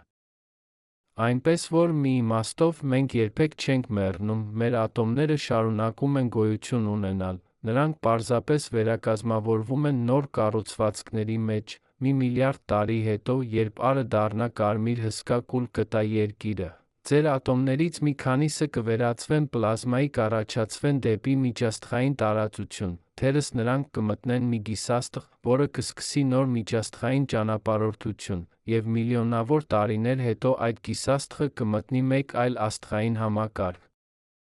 Թերս այնտեղ կլինի մի մոլորակ, որտեղ կյանք կառաջանա, և ձեր ատոմներից մեկը կդառնա մաս մի արարածի, որը մենք չենք կարող պատկերացնել, դուք կշարունակեք գոյություն ունենալ, բայց տարբեր ձով։ Արդյոք սա մխիթարիչ մտքեր է, թե՞ տագնապալի, այն կախված է ձեր հայեցակետից, մի կողմից այն նշանակում է, որ մենք իսկապես կանոնյան ենք, մենք ժամանակավոր միավորումներ ենք, որոնք գոյություն ունեն միայն մի կարճ պահ տիեզերական ժամանակում, մեկ այլ կողմից այն նշանակում է, որ մենք մաս ենք մի անվերջ, հավերժական ցիկլի, մեր ատոմները անցել են անհամար կյանքեր նախքան մեզ կանցնեն անհամար կյանքեր մեզանից հետո, մենք հղիներ ենք տիեզերական պատմության մեջ, որը տարածվում է միլիարդավոր տարիներ անցյալ ապագա։ Իսկ երեքը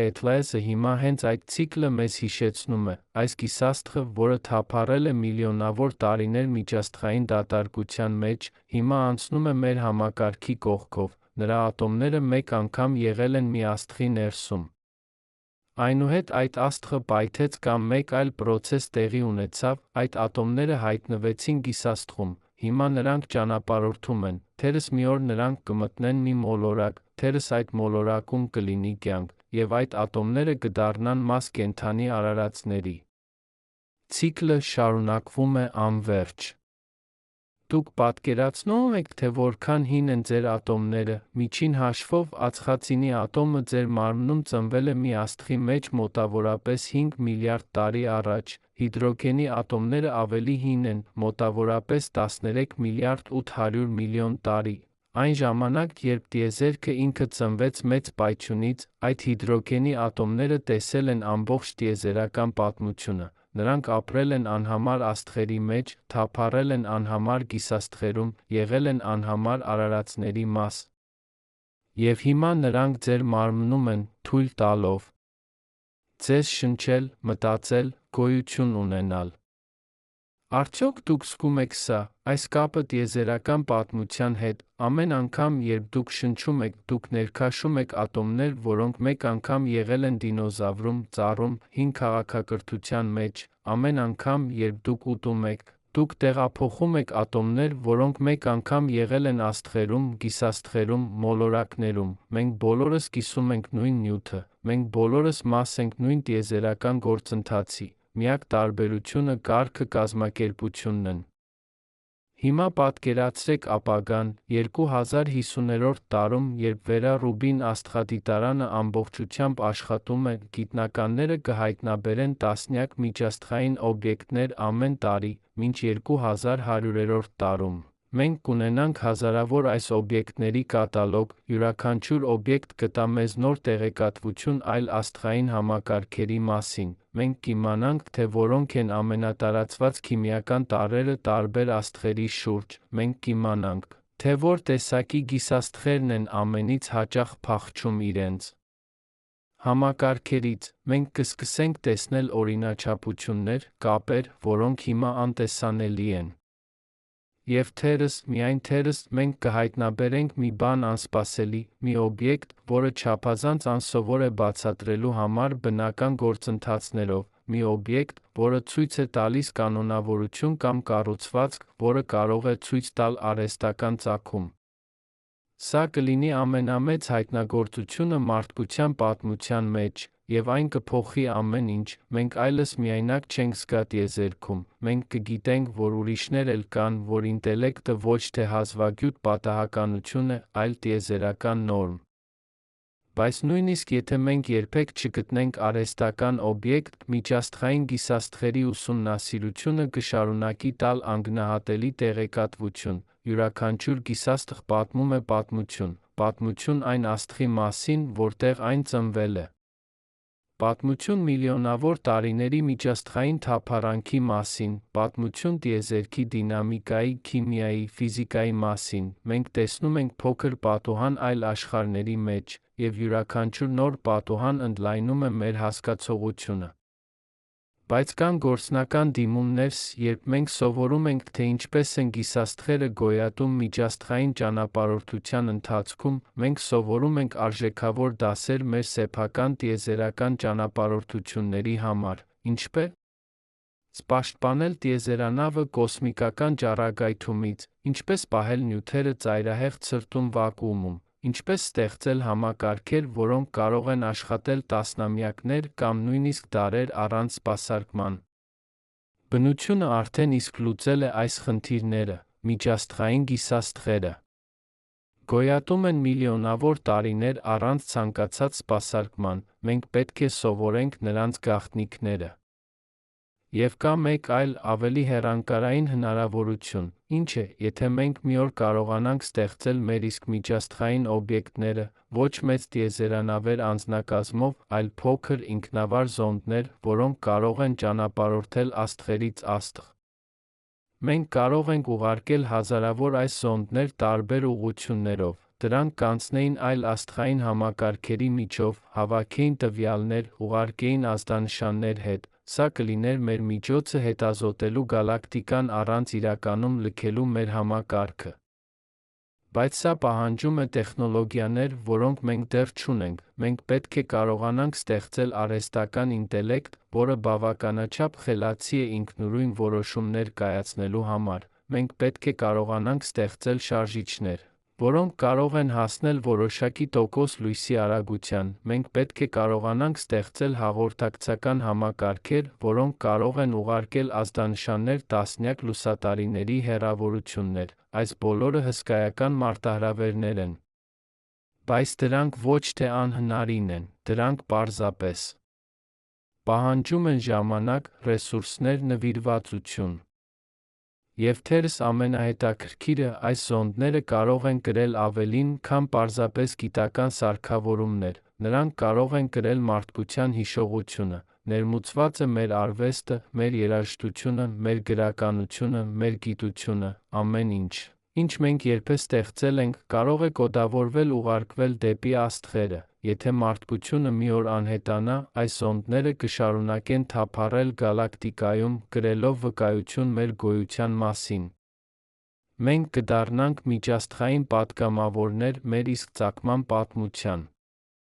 Բայց եկեք վերադառնանք ներկային, եկեք վերադառնանք 3 Էթլասին, որը հենց հիմա անցնում է մեր համակարգի միջով, այս գիսաստղը կշարունակի իր ճանապարհը, այն արդեն իսկ սկսել է հեռանալ մեզանից, յուրաքանչյուր օր այն ավելի հեռու է գնում։ Յուրաքանչյուր շաբաթ այն դառնում է ավելի մուգ, շուտով այն կլինի չափազանց հեռու մեր հեռադիտակների համար, եւ այնուհետ այն կվերադառնա միջաստղային խավարը, շարունակելով իր անվերջ ճանապարհորդությունը։ Որտեղ կգնա այն, ոչ ոք չգիտե հաստատ, թերս այն կանցնի մեկ այլ աստղային համակարգի կողքով 100,000 տարի հետո, թերս այն կմտնի մի համակարգ, որտեղ կլինի մոլորակ կյանքով, եւ թերս այնտեղ կլինեն արարածներ, որոնք կդիտեն երկինքը, կտեսնեն այս գիսաստղը, նրանք կզարմանան, ճիշտ այնպես, ինչպես մենք զարմանում ենք, նրանք կհարցնեն, ճիշտ այնպես, ինչպես մենք հարցնում ենք, եւ թերս նրանք կհասկանան, որ տիեզերքը ավելի փոխկապակցված է, քան թվում է։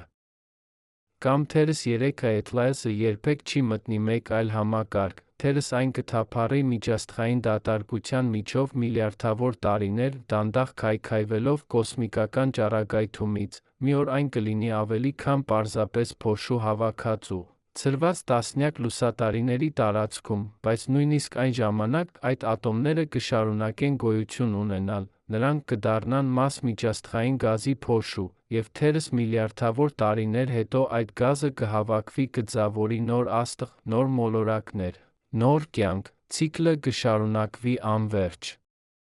Այս պահին սակայն 3 Էթլասը հիշեցնում է մեզ մի բան հիմնարար, տիեզերքը ոչ թե ստատիկ է, այլ դինամիկ, այն ոչ թե մեկուսացված կղզիների հավաքածու է, այլ փոխկապակցված ցանց, նյութը, էներգիան, տեղեկատվությունը անընդհատ շարժման մեջ են։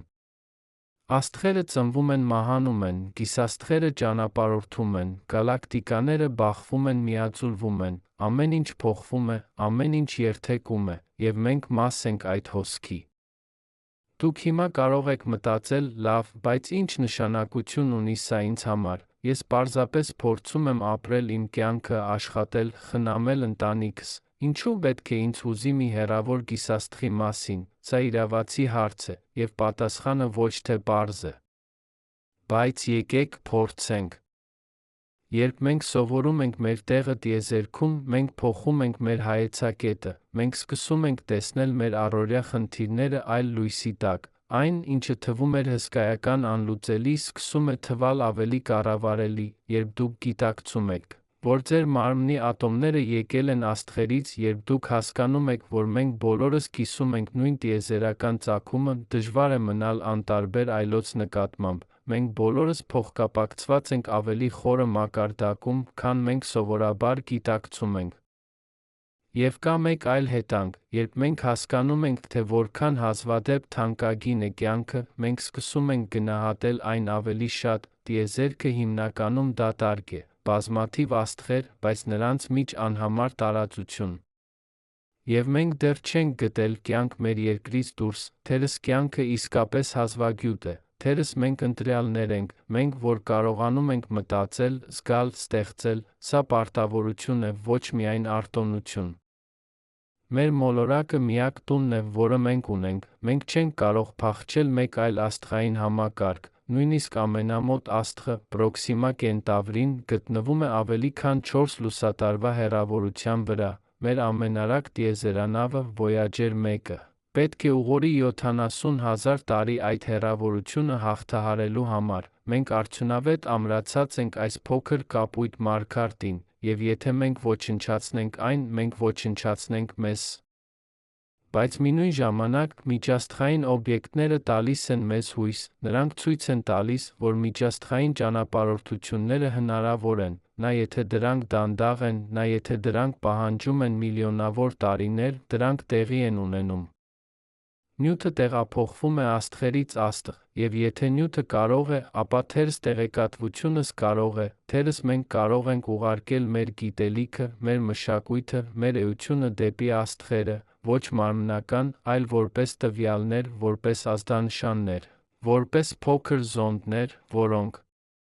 գրում են մեր պատմությունը։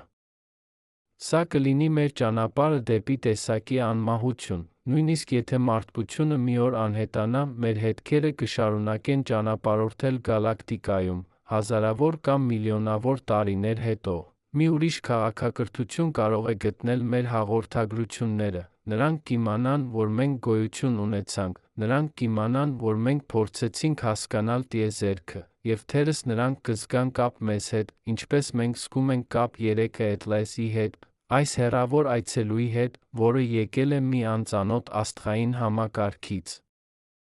Հիմա ես ուզում եմ, որ դուք անեք մի բան, եկեք դուրս մութ գիշերում նայեք դեպի աստղերը, պատկերացրեք, որ յուրաքանչյուր աստղ հնարավոր տուն է, պատկերացրեք, որ դրանց մեջ թափառում են միլիարդավոր միջաստղային օբյեկտներ, պատկերացրեք, որ դրանցից մեկը հենց հիմա անցնում է մեր համակարգի միջով, եւ պատկերացրեք, որ միլիոնավոր տարիներ հետո, երբ մարդկությունը կարող է այլս չգոյություն ունենալ, այդ գիսաստղը կշարունակի իր ճանապարհորդությունը, կրելով ատոմներ, որոնք մեկ անգամ ձավորվել են մեր Արի շուրջ։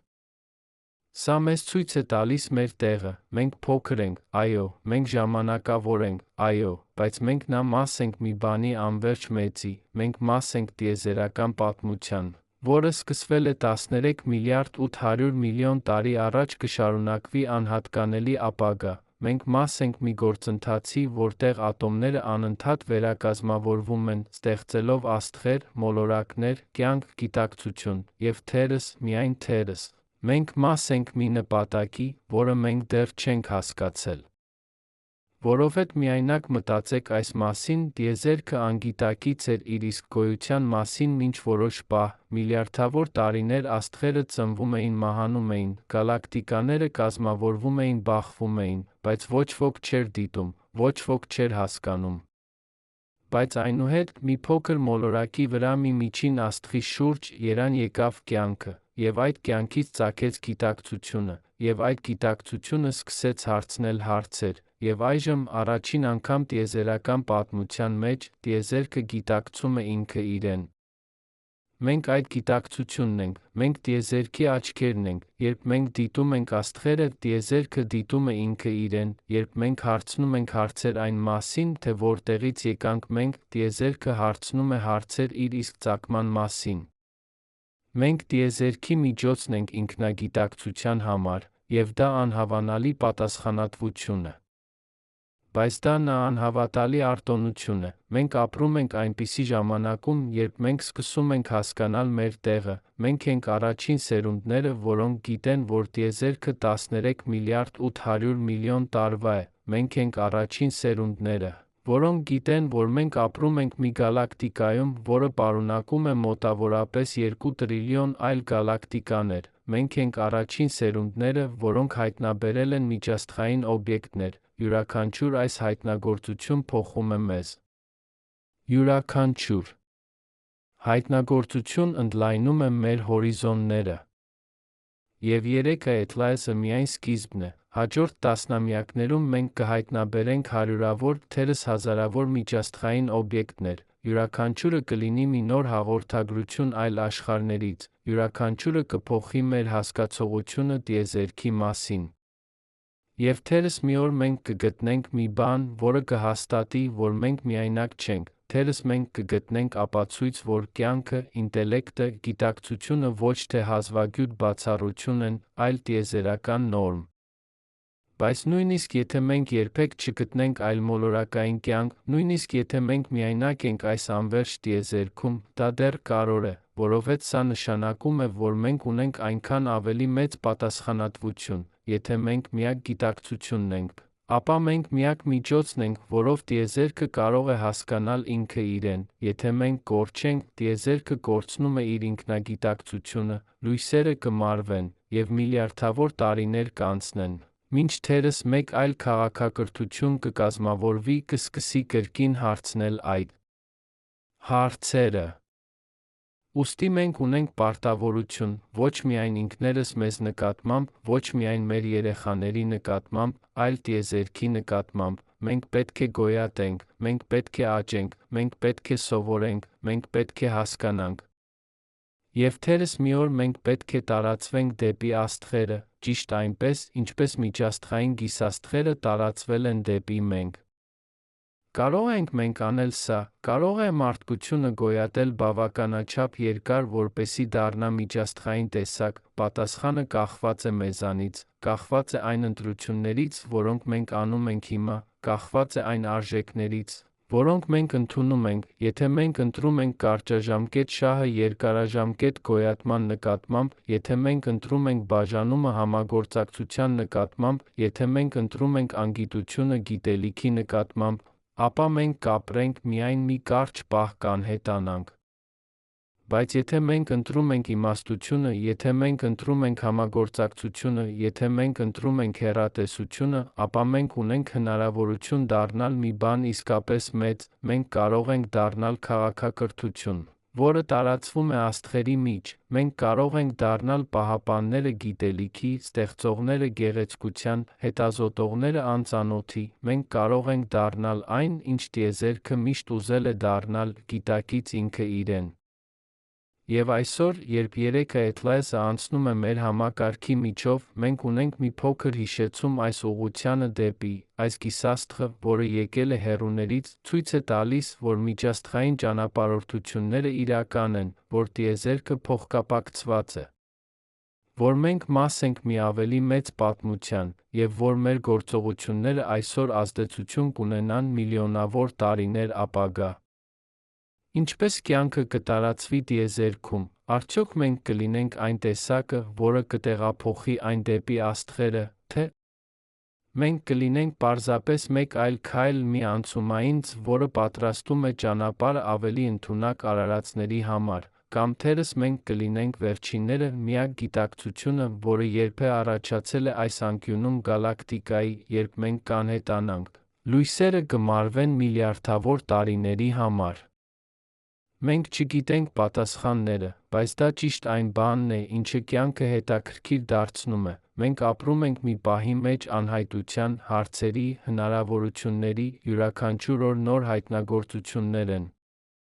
Յուրաքանչյուր տարի նոր հորիզոններ են բացվում, և յուրաքանչյուր սերունդ ավելի մոտ է գալիս հասկանալուն, թե ովքեր ենք մենք, որտեղ ենք մենք գտնվում։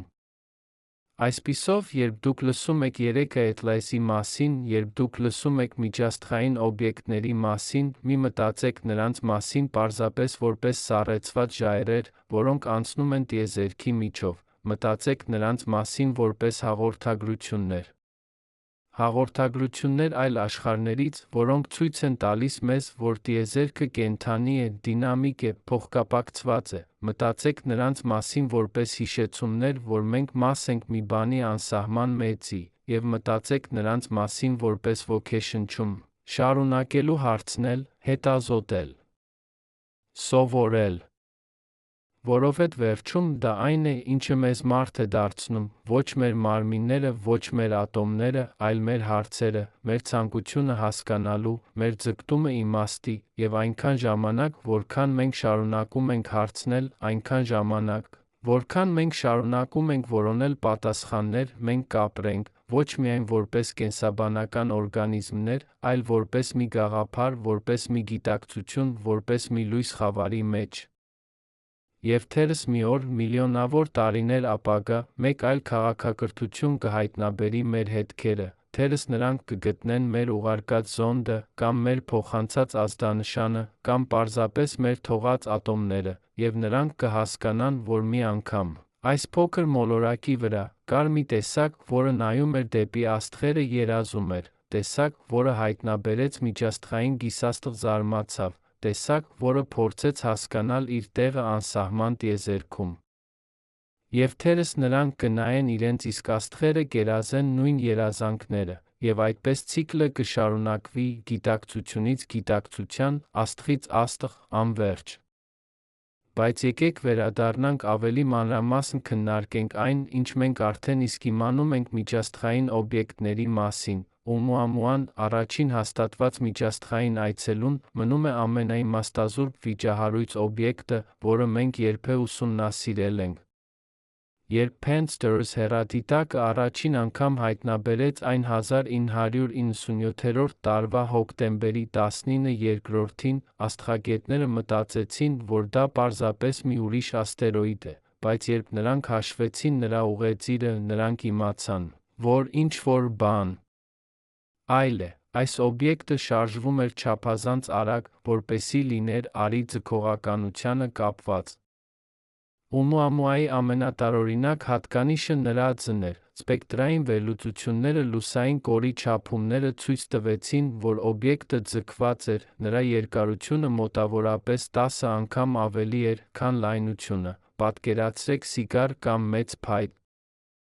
Ոչ մի աստերոիդ կամ գիսաստղ, որը մենք նախկինում տեսել էինք, չուներ այդպիսի ծայրահեղ սովորական գիսաստղերը ավելի կլոր են կամ անկանոն, բայց ոչ այդպիսի երկար բարակ։ Սա առաջին կարմիր դրոշն էր, որ Օումուամուան ինչ-որ բան տարբեր էր։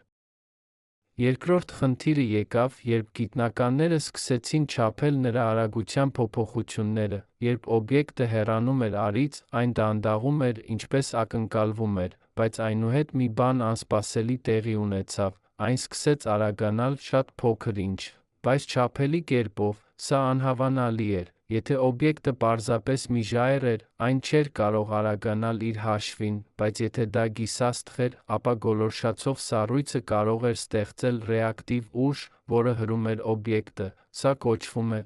արտագազային ազդեցություն։ Խնդիրն այն էր, որ Օումուամուան չուներ տեսանելի պոչ կամ կոմա, գոլորշիների փոշու ամպ, որը սովորաբար շրջապատում է ակտիվ գիսաստղերը։ Աստղագետները փորձեցին հայտնաբերել նույնիսկ ամենափոքր արտանետումները, բայց ոչինչ չգտան, այնպես որ ինչպե՞ս կարող էր օբյեկտը արագանալ առանց տեսանելի արտանետումների։ Սա խորը գուշակություն էր։ Մի քանի տեսություններ առաջարկվեցին, թերս օբյեկտը պարունակում էր ցնդող նյութեր, որոնք չէին արտանետում երելի փոշի, թերս արտանետումները այնքան փոքր էին, որ մեր հեռադիտակները չէին կարող հայտնաբերել, թե թերս Օումուամուան ընդհանրապես գիսաստղ չէր։ Աստղաֆիզիկոս Ավի Լոեբը Հարվարդ-Սմիթսոնյան աստղաֆիզիկական կենտրոնից առաջարկեց մի ճգնաժամային տեսություն. նա ենթադրեց, որ Օումուամուան կարող է լինել արհեստական օբյեկտ, արային առագաստ, որը ստեղծվել է այլմոլորակային քաղաքակրթության կողմից։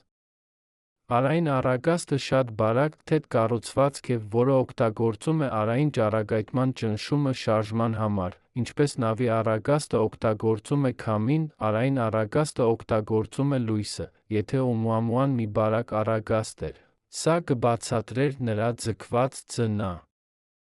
անսպասելի արագացումը, արային լույսի ճնշումը հրում էր արագացնելու դեպի դուրս։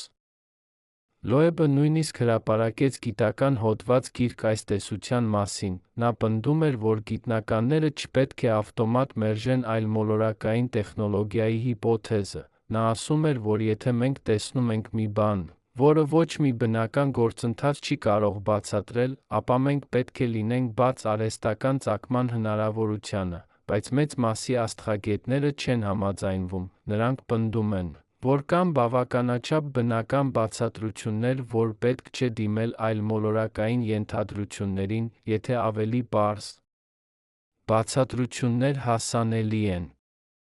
Փիլիպ Լուբինը Կալիֆոռնիայի համալսարանից Սանտա Բարբարա ենթադրեց, որ Օումուամուան կարող է լինել հիդրոգենային սառցաբեկոր։ Ըստ այս տեսության, օբյեկտը ձևավորվել է մի այնպիսի աստղային համակարգում, որտեղ հիդրոգենը սառեցել է օբյեկտի մակերեսին։ Երբ այն մոտեցավ մեր Արին, հիդրոգենը սկսեց գոլորշանալ, ստեղծելով ռեակտիվ ուժ, բայց հիդրոգենը անտեսանելի է մեր հեռադիտակների համար, ուստի մենք չէինք տեսել պոչ։ Սա նուրբ տեսություն է, այն պահանջում է շատ հատուկ պայմաններ, բայց այն գոնե բնական բացատրություն է։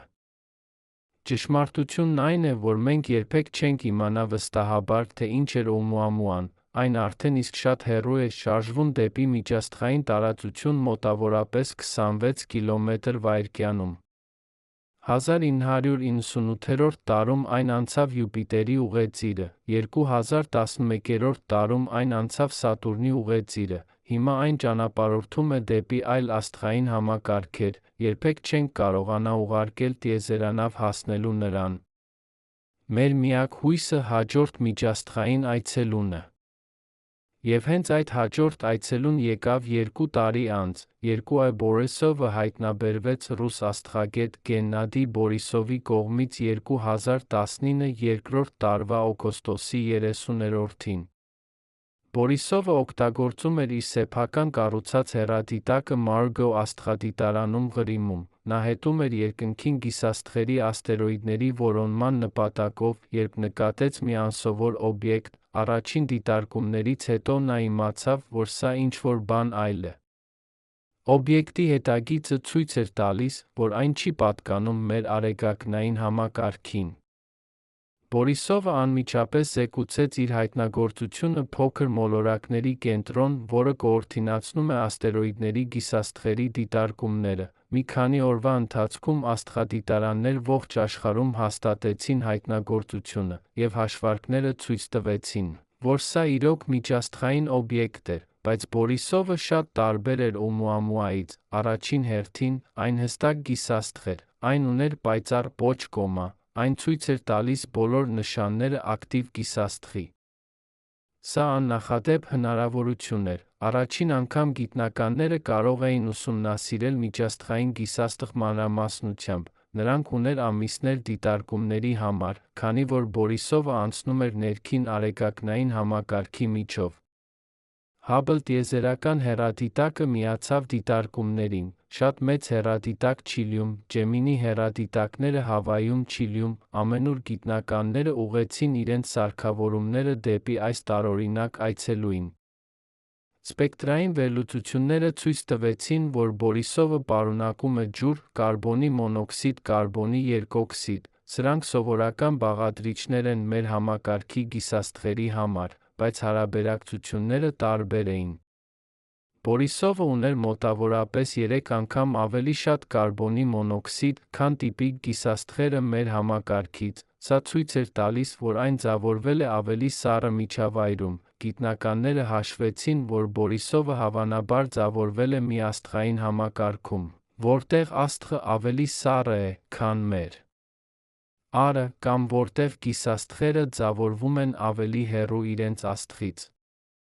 Բայց ամենազարմանալին այն էր, որ Բորիսովը նա ցույց էր տալիս պոլարիզացված լույս, սա նշանակում է, որ լույսի ալիքները վիբրացիոն էին հատուկ ուղղություններով։ Պոլարիզացիան սովորաբար առաջանում է, երբ լույսը արտացոլվում է փոշու մասնիկներից, որոնք ունեն որոշակի կազմակերպություն։ Փոշու մասնիկների ուսումնասիրությունը ցույց տվեց, որ դրանք նման էին մեր համակարգի գիսաստղերի փոշուն, բայց ունեին մի քանի նուրբ տարբերություններ։ Սա ցույց էր տալիս, որ Բորիսովը ծագել է տարբեր պայմաններում։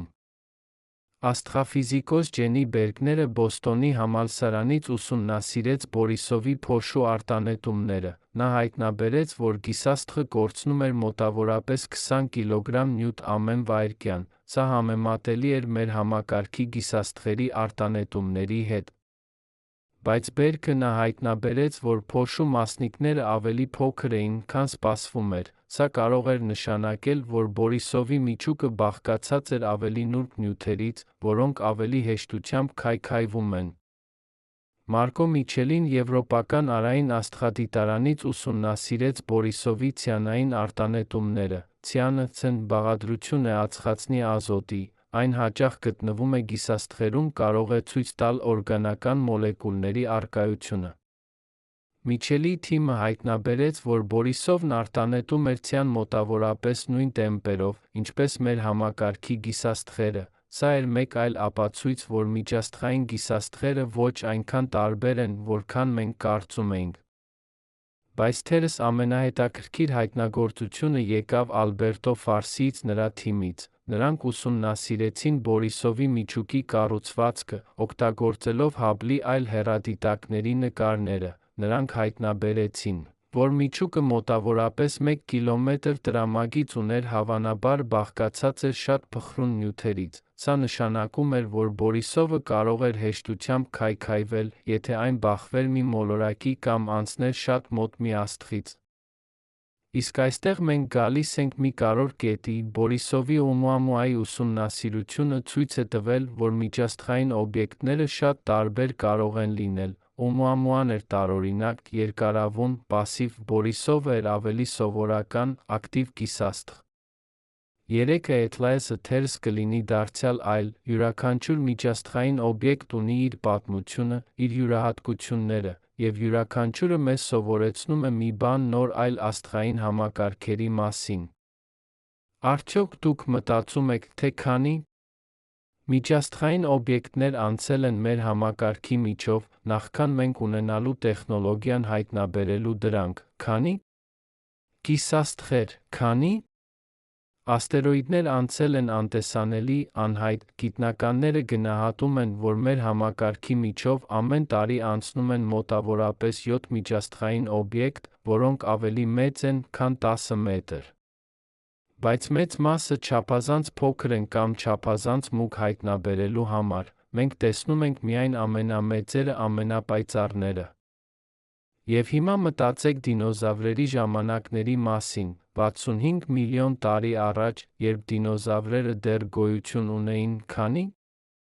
միջաստղային օբյեկտներ անցան Երկրի երկնքով։ Եթե 7 օբյեկտ տարին անցնում են հիմա, ապա 65 միլիոն տարիների ընթացքում մոտավորապես 455 միլիոն օբյեկտ պետք է անցած լինեն, որը դինոզավր նայեց երկինք, տեսավ միջաստղային գիսաստղ։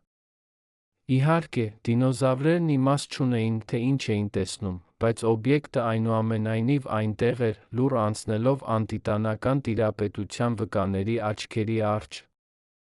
Կամ գնանք ավելի հեռու ժամանակում, երբ կյանքը առաջին անգամ առաջացավ Երկրի վրա մոտավորապես 3 միլիարդ 800 միլիոն տարի առաջ, քանի միջաստղային օբյեկտներ անցան այդ ժամանակաշրջանում։ Եթե մենք հաշվենք, արդյունքը ապշեցուցիչ է, մոտավորապես 26 միլիարդ միջաստղային օբյեկտ։ Սա նշանակում է, որ տասնյակ միլիարդ հնարավորություններ եղան կյանքի սերմերի բերման համար այլ աստղային համակարգերից։ Եվ սա մեզ բերում է հետ պանսպերմիայի տեսությանը։ Համաձայն այս տեսության, կյանքը կարող է ծագել մի վայրում, տիեզերքում տարածվել այլ վայրեր միջաստղային օբյեկտների միջոցով։ Սա կարող է թվալ գիտաֆանտաստիկա, բայց գոյություն ունեն լուրջ գիտական ապացույցներ, որ սա հնարավոր է։ 2018 տարում գիտնականները Էդինբուրգի համալսարանից կատարեցին փորձեր, ցույց տալու, որ միկրոօրգանիզմները կարող են գոյատել ծայրահեղ պայմաններում։ Նրանք վերցրին բակտերիաներ, որոնք կոչվում են Deinococcus radiodurans, ենթարկեցին դրանք կոսմիկական ճառագայթման ծայրահեղ ցրտի վակուումի։ Այս բակտերիաները հայտնի են իրենց անհավանալի դիմադրողականությամբ։ Նրանք կարող են գոյատել ճառագայթման դոզաներում, որոնք 1000 անգամ ավելի ուժեղ են, քան մարդը կարող է դիմանալ։ Փորձարարները հայտնաբերեցին, որ բակտերիաները կարող են գոյատել նույնիսկ միլիոնավոր տարիներ, եթե դրանք պաշտպանված են փոքր քանակությամբ ժայռով կամ սառույցով։ Սա նշանակում է, որ եթե մի գիսաստղ պարունակում է բակտերիաներ իր ներսում, պաշտպանված սառույցի փոշու շերտերի տակ, այդ բակտերիաները կարող են գոյատել միջաստղային ճանապարհորդությունը։ Երբ գիսաստղը մտնում է նոր աստղային համակարգ բախվում մոլորակի մթնոլորտին, այն այրվում է, բայց մի քանի մասնիկներ կարող են գոյատել հասնել մակերես, եթե այդ մոլորակն ունի ջուր համապատասխան պայմաններ։ Բակտերիաները կարող են արթնանալ իրենց սառեցման վիճակից սկսել բազմանալ, կյանքը կսկսվի նոր մոլորակի վրա։ Բայց գոյություն ունի նա մեկ այլ, ավելի հետաքրքիր տեսություն, ինչը, եթե ոչ միայն միկրոօրգանիզմները, այլ բարդ օրգանական մոլեկուլները կարող են տեղափոխվել միջաստղային օբյեկտներով, ամինաթթուները, կյանքի շինարարական բլոկները, հայտնաբերվել են աստղաբաշխիկներում, որոնք ընկել են Երկրի վրա։ Այս ամինաթթուները ձավորվել են տիեզերքում, ոչ թե Երկրի վրա։ Սա ցույց է տալիս, որ օրգանական քիմիան տարածված է տիեզերքում։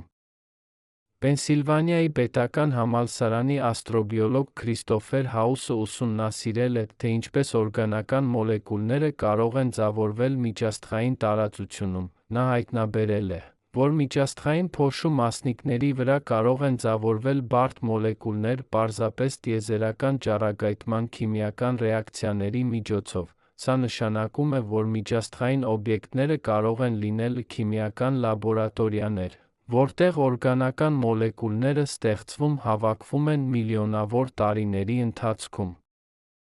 Երբ այդպիսի օբյեկտը մտնում է մի համակարգ, տալիս է իր նյութը մոլորակներին, այն ոչ միայն տալիս է հում նյութեր, այլ արդեն մասամբ ձավորված օրգանական մոլեկուլներ։ Սա կարող է զգալիորեն արագացնել կյանքի առաջացման գործընթացը, փոխարեն սպասելու, որ օրգանական մոլեկուլները ձավորվեն 0-ից մոլորակի վրա, կյանքը սկսվում է նախագծված մոլեկուլներով, որոնք արդեն մասամբ պատրաստ են։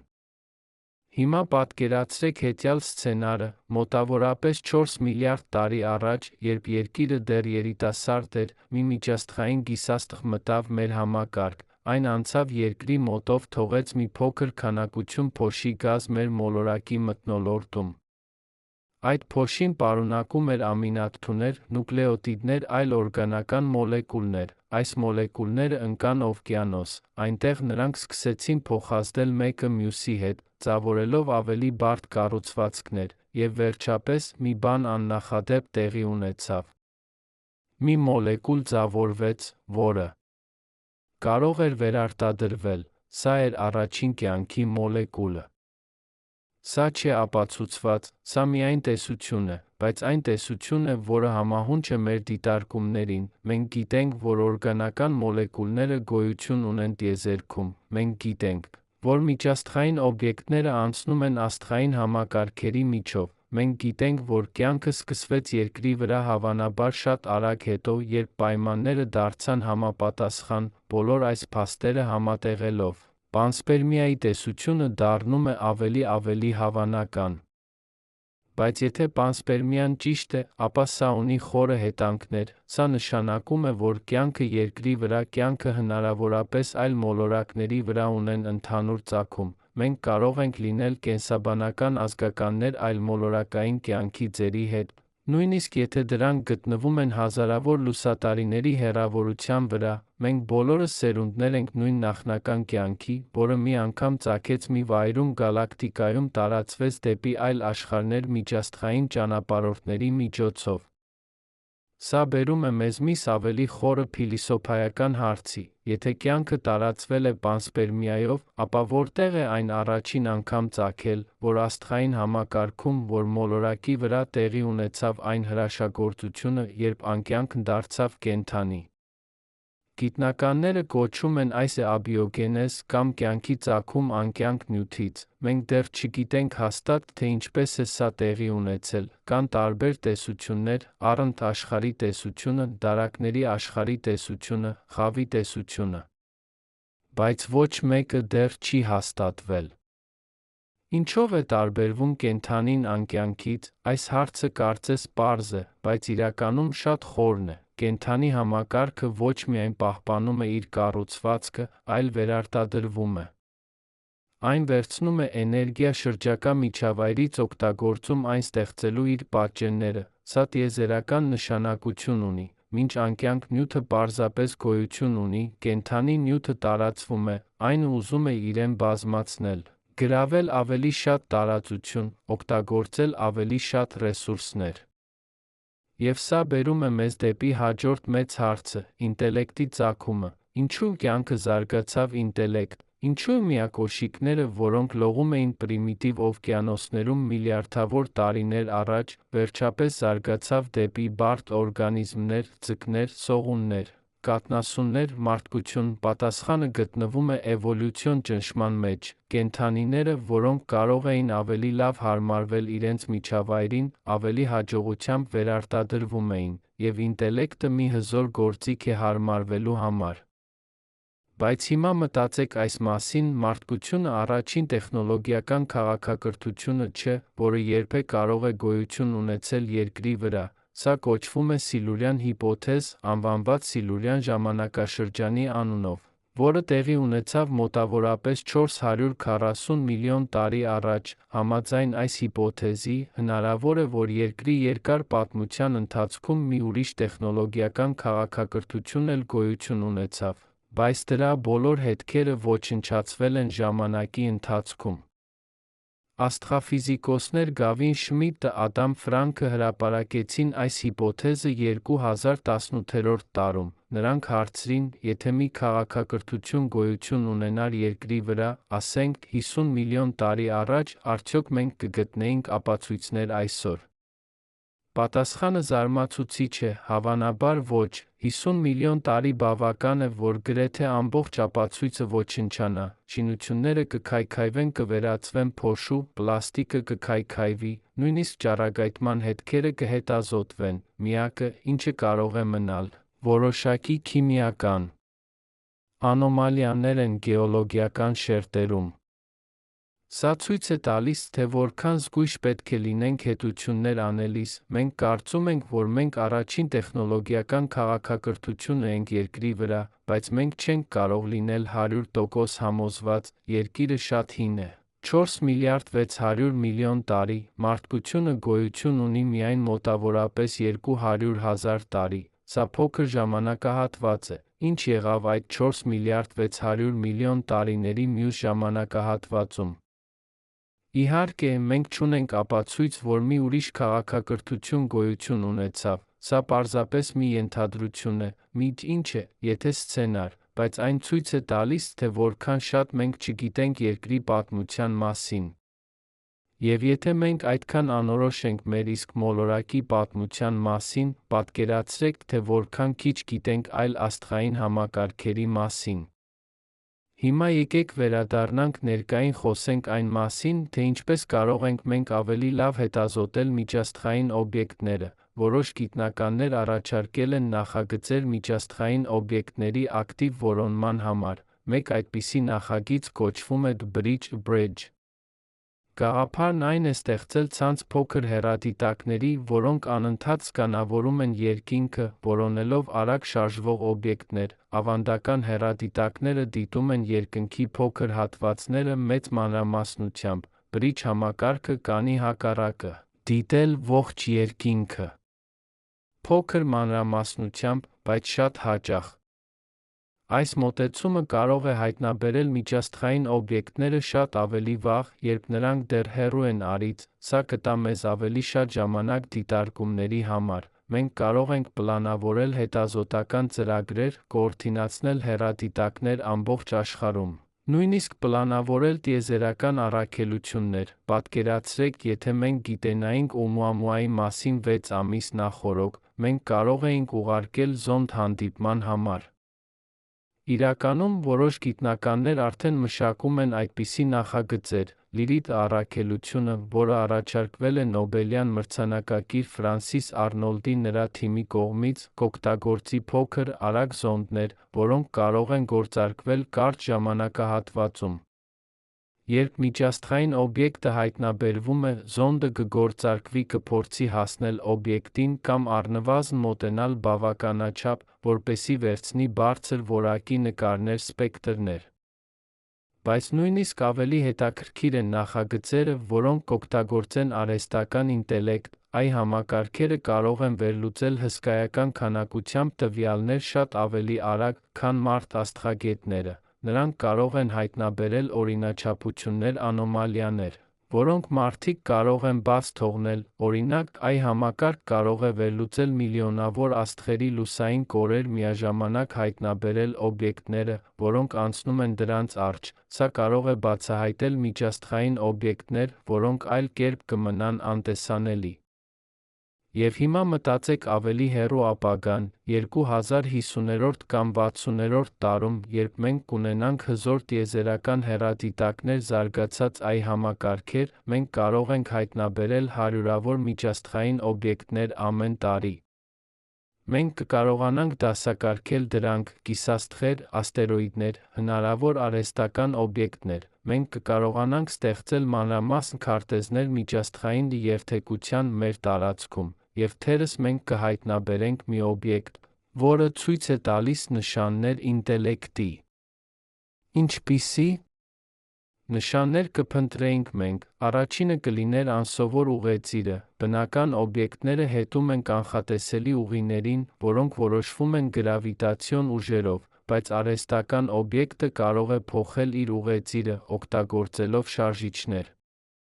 Եթե մենք տեսնենք օբյեկտ, որը կատարում է անսպասելի մանրներ, սա կարող է լինել արհեստական ցուցիչ։ Երկրորդը կլիներ ազդանշանները։ Եթե օբյեկտը փոխանցում է ռադիոալիքներ կամ մյուս ձևի էլեկտրամագնիսական ճառագայթում, սա կարող է լինել հաղորդակցության փորձ։ Երրորդը կլիներ կառուցվածքը։ Բնական օբյեկտները սովորաբար անկանոն են, բայց արհեստական օբյեկտը կարող է ցույց տալ կանոնավորություն, համաչափություն, կրկնվող օրինաչափություններ, երկրաչափական ձև։ Եթե մենք կարողանայինք ստանալ բարձր որակի նկարներ միջաստղային օբյեկտի, տեսնեինք, ասենք, սիմետրիկ կառուցվածք կամ անկյուններ, որոնք ճշգրիտ 90 աստիճան են, սա կլիներ ուժեղ ապացույց արհեստական ծագման։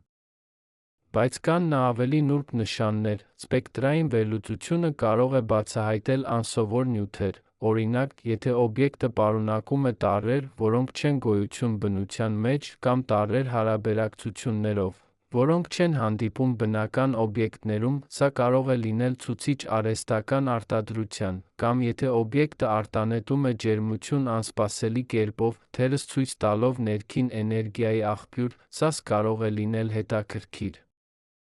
Իհարկե, մենք պետք է լինենք չափազանց զգույշ այս տեսակի եզրակացությունների հետ։ Պատմությունը լի է օրինակներով, երբ բնական ելույթները սկզբում թվացին արհեստական, պուլսարները, արագ պտտվող նեյտրոնային աստղերը, առաջին անգամ հայտնաբերվեցին 1967-րդ տարում, սկզբում անվանվեցին փոքր կանաչ մարդիկ, քանի որ աստղագետները մտածեցին, որ կանոնավոր ռադիոիմպուլսները կարող են լինել այլմոլորակային հաղորդագրություններ։ Բայց այնուհետ նրանք հասկացան, որ սրանք բնական օբյեկտներ են։ Ուստի մենք պետք է հավասարակշռենք բաց միտքը գիտական խստությունը։ Մենք պետք է լինենք պատրաստ հայտնաբերելու արտերկրային ինտելեկտը, եթե այն գոյություն ունի, բայց մենք նա պետք է պահանջենք բացառիկ ապացույցներ նախքան այդպիսի բացառիկ պնդումներ անելը։ Հիմա դարձյալ մտածենք ավելի մեծ նկարի մասին։ Մենք խոսեցինք միջաստղային օբյեկտների մասին, կիսաստղերի, աստերոիդների, հնարավոր արհեստական զոնդների, բայց կա մեկ այլ տեսակ միջաստղային օբյեկտ, որի մասին քիչ ենք խոսել՝ տեղեկատվությունը։ Ազդանշանները, որոնք ճանապարհորդում են տիեզերքում լույսի արագությամբ։ 1960-րդ տարում ֆիզիկոսներ Ֆիլիպ Մորիսոնը Ջուզեպպե Կոկոնին հրապարակեցին պատմական հոդված, առաջարկելով, որ մենք կարող ենք փնտրել այլմոլորակային ինտելեկտը, լսելով ռադիոազդանշաններ։ Նրանք արտահայտեցին, որ ռադիոալիքերը իդեալական են միջաստղային հաղորդակցության համար։ Նրանք կարող են ճանապարհորդել մեծ հեռավորություններ առանց զգալի թուլացման, և նրանք հարաբերաբար հեշտ են արտադրելու հայտնաբերելու։ Սա դարձավ հիմքը սեթի նախագծերի համար, արտերկրային ինտելեկտի որոնում։ 60 տարվա ընթացքում գիտնականները լսել են տասնյակ միլիարդ աստղերից ռադիոազդանշանների համար։ Նրանք հայտնաբերել են հազարավոր հետաքրքիր ազդանշաններ, բայց ոչ մեկը չի հաստատվել որպես արտերկրային ծագում։ Ամենահայտնի օրինակը Վաու ազդանշանը է, որը հայտնաբերվեց 1977 տարում տեց 72 վայրկյան։ Այն չափազանց ուժեղ ուներ բոլոր հատկանիշները արհեստական ազդանշանի, բայց այն երբեք չկրկնվեց։ Իսկ ինչ կլինի, եթե այլմոլորակային քաղաքակրթությունները չեն ուղարկում ազդանշաններ դեպի մեզ, այլ դեպի իրար։ Ինչ կլինի, եթե գալակտիկան լի է ռադիոերթևեկությամբ, բայց մենք պարզապես ճիշտ ժամանակ ճիշտ վայրում չենք լսում։ Միջաստղային տարածությունը հսկայական է։ Ազդանշանները, նույնիսկ ճանապարհորդելով լույսի արագությամբ, պետք է տարիներ անցնեն մի աստղից մյուսը։ Եթե մեկը ուղարկեց ազդանշան մեզ 1000 տարի առաջ, մենք կստանանք այն միայն հիմա։ Եվ եթե մենք ուղարկենք ազդանշան հիմա, պատասխանը կգա միայն հազարավոր տարիներ հետո։ Սա նշանակում է, որ միջաստղային հաղորդակցությունը շատ տարբեր է երկրային հաղորդակցությունից։ Այն չէ զրույց իրական ժամանակում, այն ավելի նման է հաղորդագրություններ բերելուն շշերում, որոնք նետվում են օվկիանոս։ Դուք գրում եք հաղորդագրություն, դնում շշի մեջ, նետում, թերս մեկը կգտնի դրա 100 տարի հետո, թերս երբեք չգտնեն, դուք չգիտեք։ Բայց սա նշանակում է, որ ցանկացած ազդանշան, որը մենք հայտնաբերում ենք, հավանաբար շատ հին է։ Քաղաքակրթությունը, որը ուղարկեց ազդանշանը, կարող է այլևս գոյություն չունենալ։ Սա տխուր միտք է, բայց նա հիանալի։ Նույնիսկ եթե քաղաքակրթությունը մեռել է, նրանց հաղորդագրությունը շարունակում է ճանապարհորդել տիեզերքում։ Նրանց լույսը, նրանց խոսքերը, նրանց գաղափարները անմահ են, տարածվում աստղերի միջ անվերջ։ Եվ սա բերում է մեզ հետ դեպի երեքը Էթլայսը, այն, ինչ այն ներկայացնում է։ Այս գիսաստղը, թե այն հաղորդագրություն է նյութում, հաղորդագրություն, որը ճանապարհորդել է միլիոնավոր տարիներ, կրելով տեղեկատվություն այլ աստղային համակարգի մասին։ Մենք չենք կարող կարդալ այս հաղորդագրությունը նույն կերպ, ինչպես կարդում ենք ռադիոազդանշանը, բայց մենք կարող ենք վերծանել դրան, վերլուծելով գիսաստղի քիմիական կազմը, նրա կառուցվածքը, նրա պատմությունը։ Յուրաքանչյուր միջաստղային օբյեկտ հաղորդագրություն է, յուրաքանչյուրը պատմում է պատմություն, և երբ մենք սովորում ենք կարդալ այս հաղորդագրությունները, մենք սովորում ենք տիեզերքի լեզուն, մենք սկսում ենք հասկանալ, թե ինչպես է գալակտիկան աշխատում, ոչ որպես մեկուսացված կղզիների հավաքածու, այլ որպես միասնական համակարգ, որտեղ ամեն ինչ կապված է ամեն ինչի հետ։ Եվ թերս վերջապես մենք հասկանում ենք մեր տեղը այդ համակարգում, մենք ոչ թե դիտողներ ենք դրսից, մենք մասնակիցներ ենք, մենք մաս ենք տիեզերական ցանցի, յուրաքանչյուր շունչ, որը մենք վերցնում ենք, յուրաքանչյուր խոսք, որը մենք ասում ենք, յուրաքանչյուր գաղափար, որը մենք ստեղծում ենք, դրանք բոլորը ազդեցություն են ունենում տիեզերական մասշտաբով, ոչ անմիջապես, ոչ ակնառու, բայց իրական, քանի որ մենք այն ենք, ինչը տիեզերքը դարձել է գիտակցություն, ինտելեկտ, հարցեր։ Ուստի երբ դուք լսում եք երեքը Էթլայսի մասին, մի մտածեք դրա մասին որպես պարզապես հեռավոր, անտարբեր օբյեկտի, մտածեք դրա մասին որպես պատգամավորի, որը եկել է հեռուներից պատմելու մեզ, որ մենք միայնակ չենք, որ տիեզերքը լի է հրաշքներով, հիմնախնդիրներով, հնարավորություններով, և որ մենք, փոքրիկ արարածներ փոքրիկ մոլորակի վրա, ունենք դեր ոչ միայն վերապրելու, այլ հասկանալու, սովորելու, աճելու։ Դա մեր ժառանգությունն է, Ոչ միայն մեր գեները, ոչ միայն մեր ատոմները, այլ մեր գիտելիքները, մեր հարցերը, մեր երազանքները, եւ թերս մի օր, երբ մարդկությունը կամ նրա հաջորդները կճանապարհորդեն դեպի աստղերը, նրանք կհանդիպեն միջաստղային օբյեկտի, որը եկել է այլ համակարգից, եւ նրանք կհիշեն երեքը Էթլայսը, այն փոքր գիսաստղը, որը մի անգամ անցավ մեր համակարգի միջով, սովորեցրեց մեզ, որ տիեզերքը ավելի մեծ է, քան մենք երբևէ երազել էինք,